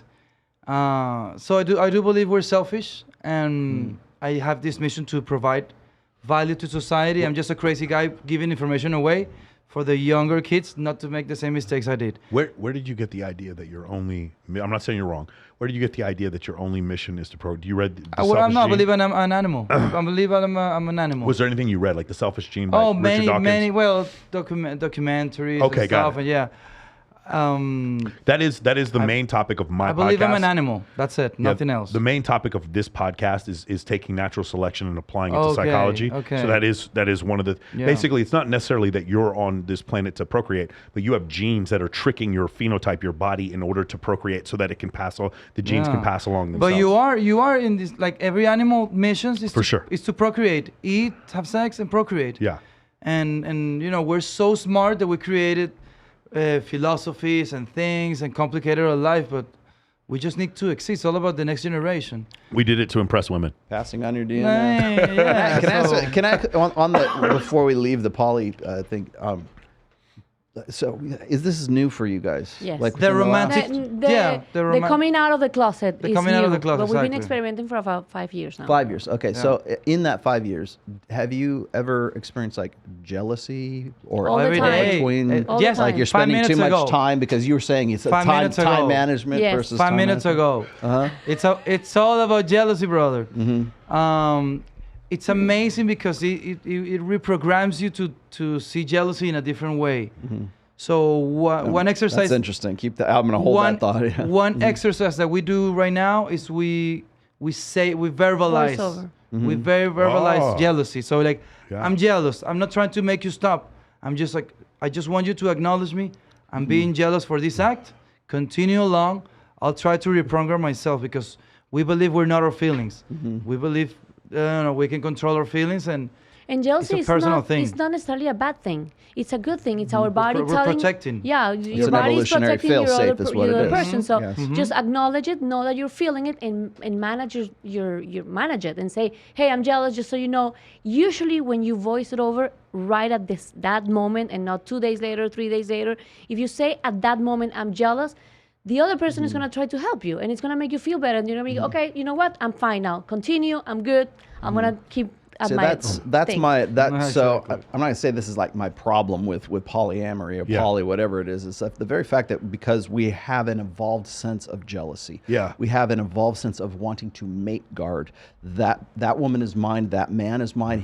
I have an investment. We have exclusivity between the two of us because we have a mutual investment in one another. And if there's kids, and that's why I asked about kids.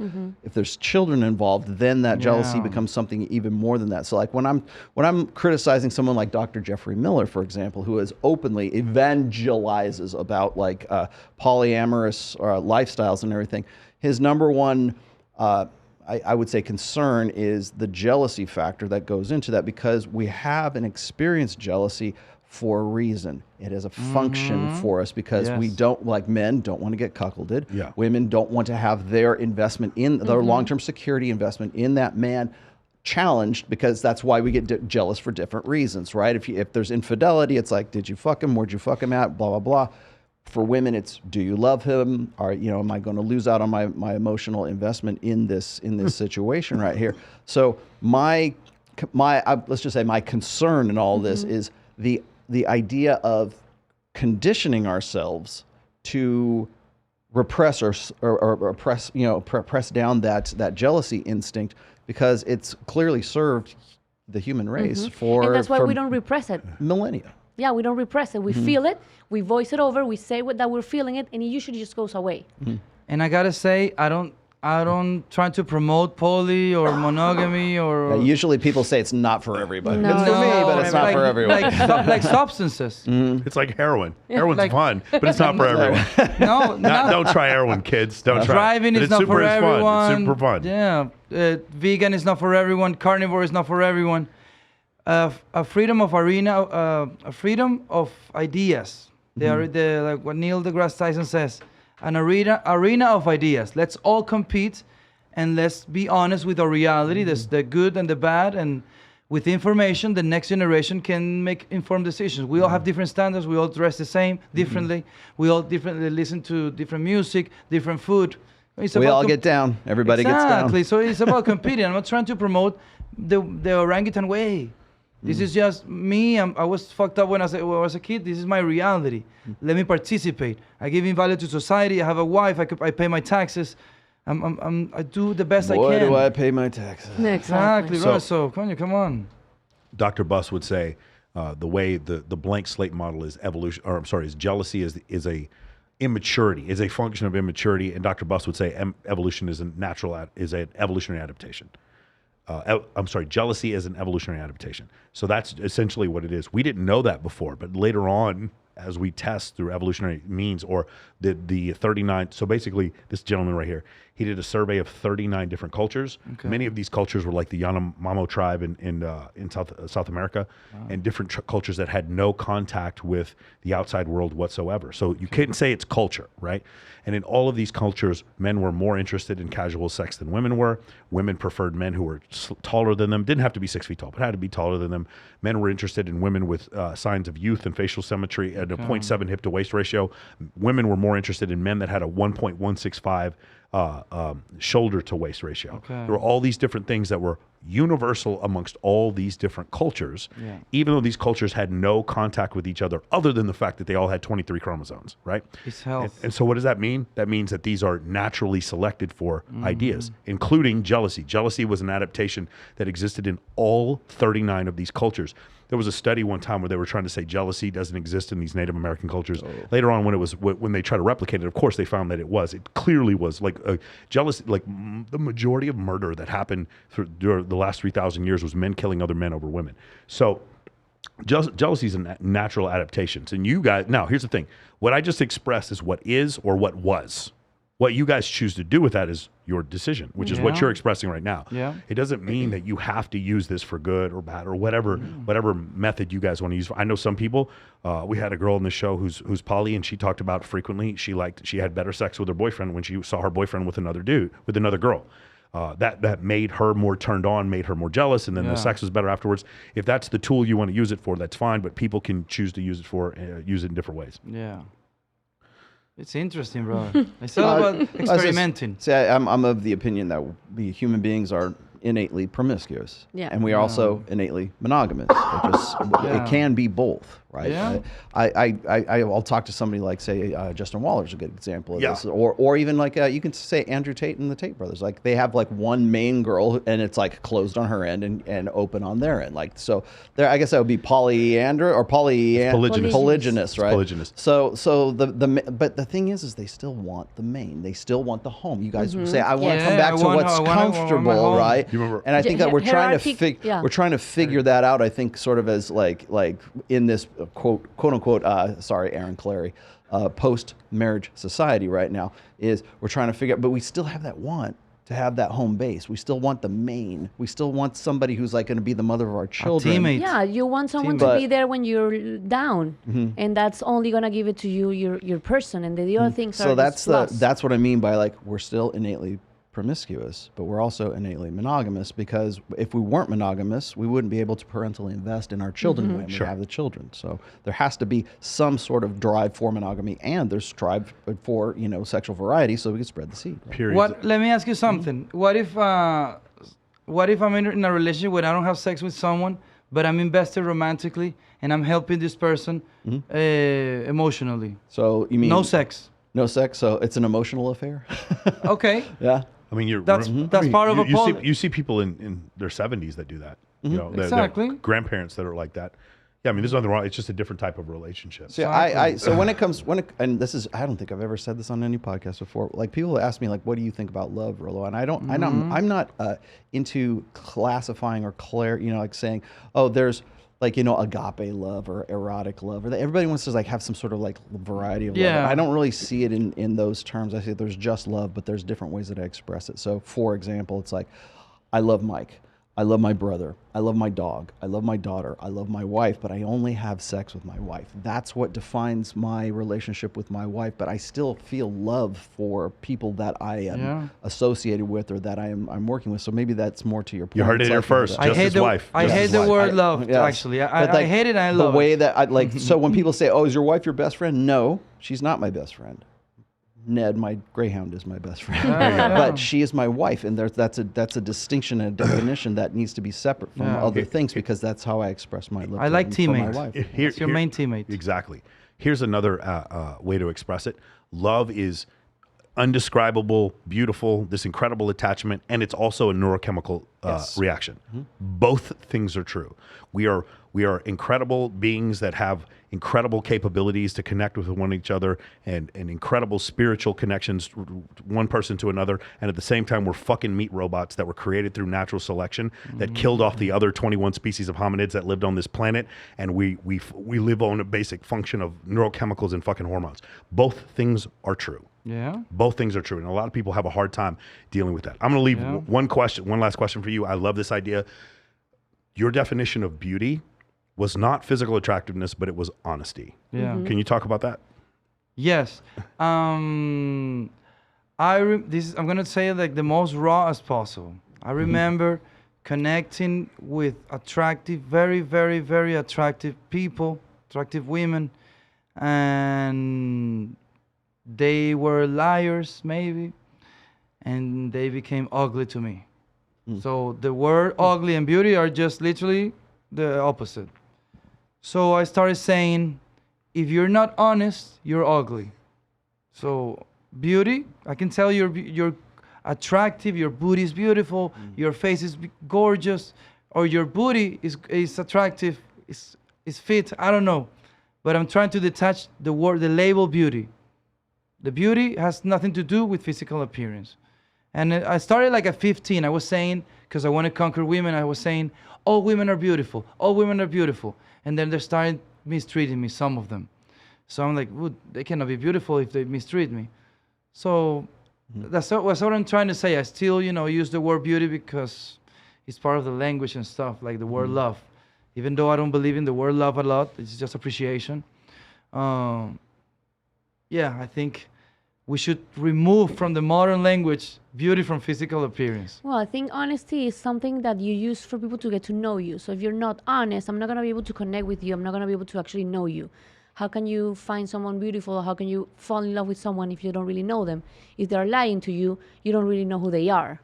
So I think that's part of why we believe honesty is actually what makes someone beautiful, because you're getting to know that person more than the physical attraction that comes and goes. You can gain weight or have an accident or have surgery, or you can change your appearance, but it's not as easy to change who you are and where you're coming from and your ideas.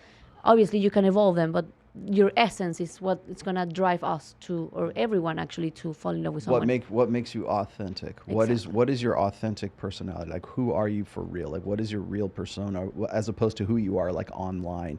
I have something that's similar to that. So like when I say that we need to make a distinction between arousal and attraction. So if you ask a girl, what do you look for in a guy? She's going to give you this laundry list of, he's got to be funny, he's got to love chill, he want kids, he's got to like rainbows, I got to bring him home to mom and dad, he's got to have a good job, he's got to have all these things that are like sort of long-term esoteric kind of like qualities of the guy. But if you say, what gets you hot in a guy? Well, then it's going to be, a V taper, six-pack abs, and that's arousal, and that's like short-term sexual as opposed to long-term security. And it kind of goes back to the same thing. It's like you were just describing this. Like a girl can be absolutely stunningly beautiful and very arousing, but she can be ugly when it comes to attraction to the opposite side of it. Like what is the the meat puppet, looks very, very good, but what is the value added beyond that? Because you can have some very, very beautiful swimsuit models who are just complete bitches, and they're very ugly on the inside, or they're very they've got problems, or they've got daddy issues, or they can be like the hottest stripper in the club, but she still has daddy issues. She still has something going on. So maybe in the sense, like the word, like it almost comes down to semantics. Like it's the word, the terms that you're using is like beauty. You're using that to describe something that's beyond just like a hot piece of ass. Yeah. Yeah. And she can be a bitch as long as she's honest. I like her. Yeah, I love honesty. I'm right there with you. I love honesty, brother. I thought, in fact, one of the questions I get often is Never use the when I have a lot of these models on, they're like, Michael, how do you talk to these fucking vapid ass women? I'm like, it's my job as an Every interviewer. show. It's my job as an interviewer to make them interesting, because everyone has the most vapid woman you've ever met in your life, or most vapid man you've ever met. They all have this interesting. They came from somewhere and got over something, and their story's interesting. Yeah. And it's my job as the interviewer to get that out of you. If you all learn that skill set, go read How to Win Friends and Influence People. It's magical the places that you can go, and it's also incredible that you find out when you find out someone's motivation, you find out why it is that they are the way that they are. Any closing thoughts from you guys? Where can we find you, Cristina? You can find us on Instagram, on Facebook, on TikTok. It's my Instagram is Cristina Pilo, and you can find Mike as Ohrangutang. And Yes, orangutan sir. girls too, as Yes. well. You have an alt channel. Yeah. Yes. The best experience a grown-up can have. Orangutan experience. Nice. Come have it. I got one last super chat here that just came in right now. XL Self says, funny thing, most guys don't even know what they want in a woman. Worse yet, they think a girl is getting proof of being worth instead of understanding how they don't even love themselves. Exactly. So men define themselves by the attractiveness of the woman that they get, right? Which is motivation for a lot. Like sexual motivation is the last chapter in Think and Grow Rich by Napoleon Hill.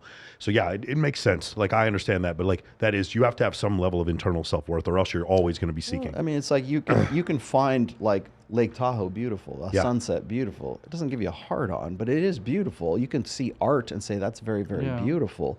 But it has nothing to do with the arousal factor of, you know, of what it is. So, you know, I've been getting a lot of into this like smells. Andrew Huberman talks about smells.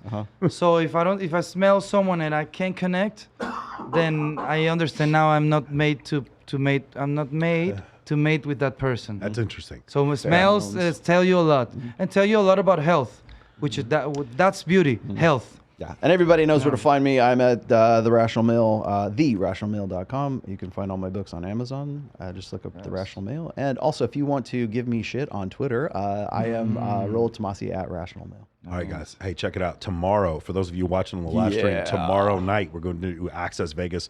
We got some incredible ladies that are coming on for the two of us to talk look to. at that thumbnail. Yeah. Also, listen, I learned so much from going on Fresh and Fit. Shout out to them for having me on for 3 fucking nights, man. Or actually, I did 4 shows with them. Valuetainment, too. I did 2 shows with Valuetainment. I did 2 shows with Justin Waller, man. I did 7 shows in I did Miami. 3 shows in a row on Wednesday. That's crazy, That was man. exhausting. That is crazy. Anyway, so we're going to be talking about that and a lot of other crazy stuff. So please go check out Access Vegas. It's going to be on my channel live streaming, and it's going to be on Rollo's. This is going to come out next Wednesday when I post this part. Please subscribe to my channel so you guys can get notifications whenever we put out a bunch of new stuff. We started putting out clips every day, which has been pretty awesome. And I'm really excited to see you guys later. I know you guys are shooting more people while you're here in Las Vegas, which is really incredible. If anybody's out there and wants to hit up Ohrangutang or Cristina about shooting, you guys definitely should do that. It's absolutely worth it. There's tons of testimonials that you guys will find, and it'll be completely terrific. If you guys want to learn more about my program, Men of Action Mentoring, just go to moamentoring.com and you can learn, hey, Michael, how do you get all these people on your podcast? How do you network with all these people? How did you end up on that podcast? How did you get this guest? All these different questions that you guys have. Or you go to my Instagram and you're like, how the fuck did you end up there? Go check out moamentoring.com. There's 50 in the description. It's in the descriptions. There's 50 testimonials on there. You guys, not only do I recommend you guys go check out the testimonials, I recommend you connect with those individuals in the testimonials and ask them to their face, or ask them on social media, do you stand up? Do you recommend my program? And then see what they'll tell you. That's what I would do if I was skeptical like you. And I recommend that all of you are skeptical and you come check out my program. It's the only program I endorse. I love it. I got an endorsement, Rollo Tomassi. I made it, Mom. I do go to the Zoom calls. I am my fucking. You got me. My guidance counselor said I wasn't going to be shit, and now look at me now. I'm on a podcast with Cristina, Rollo, and Michael. Guys, we love you all. And thank you guys for coming so much. I love getting your background and having you here. It's such. We always have a great conversation. I love it. All right, guys, and we will see you all next week.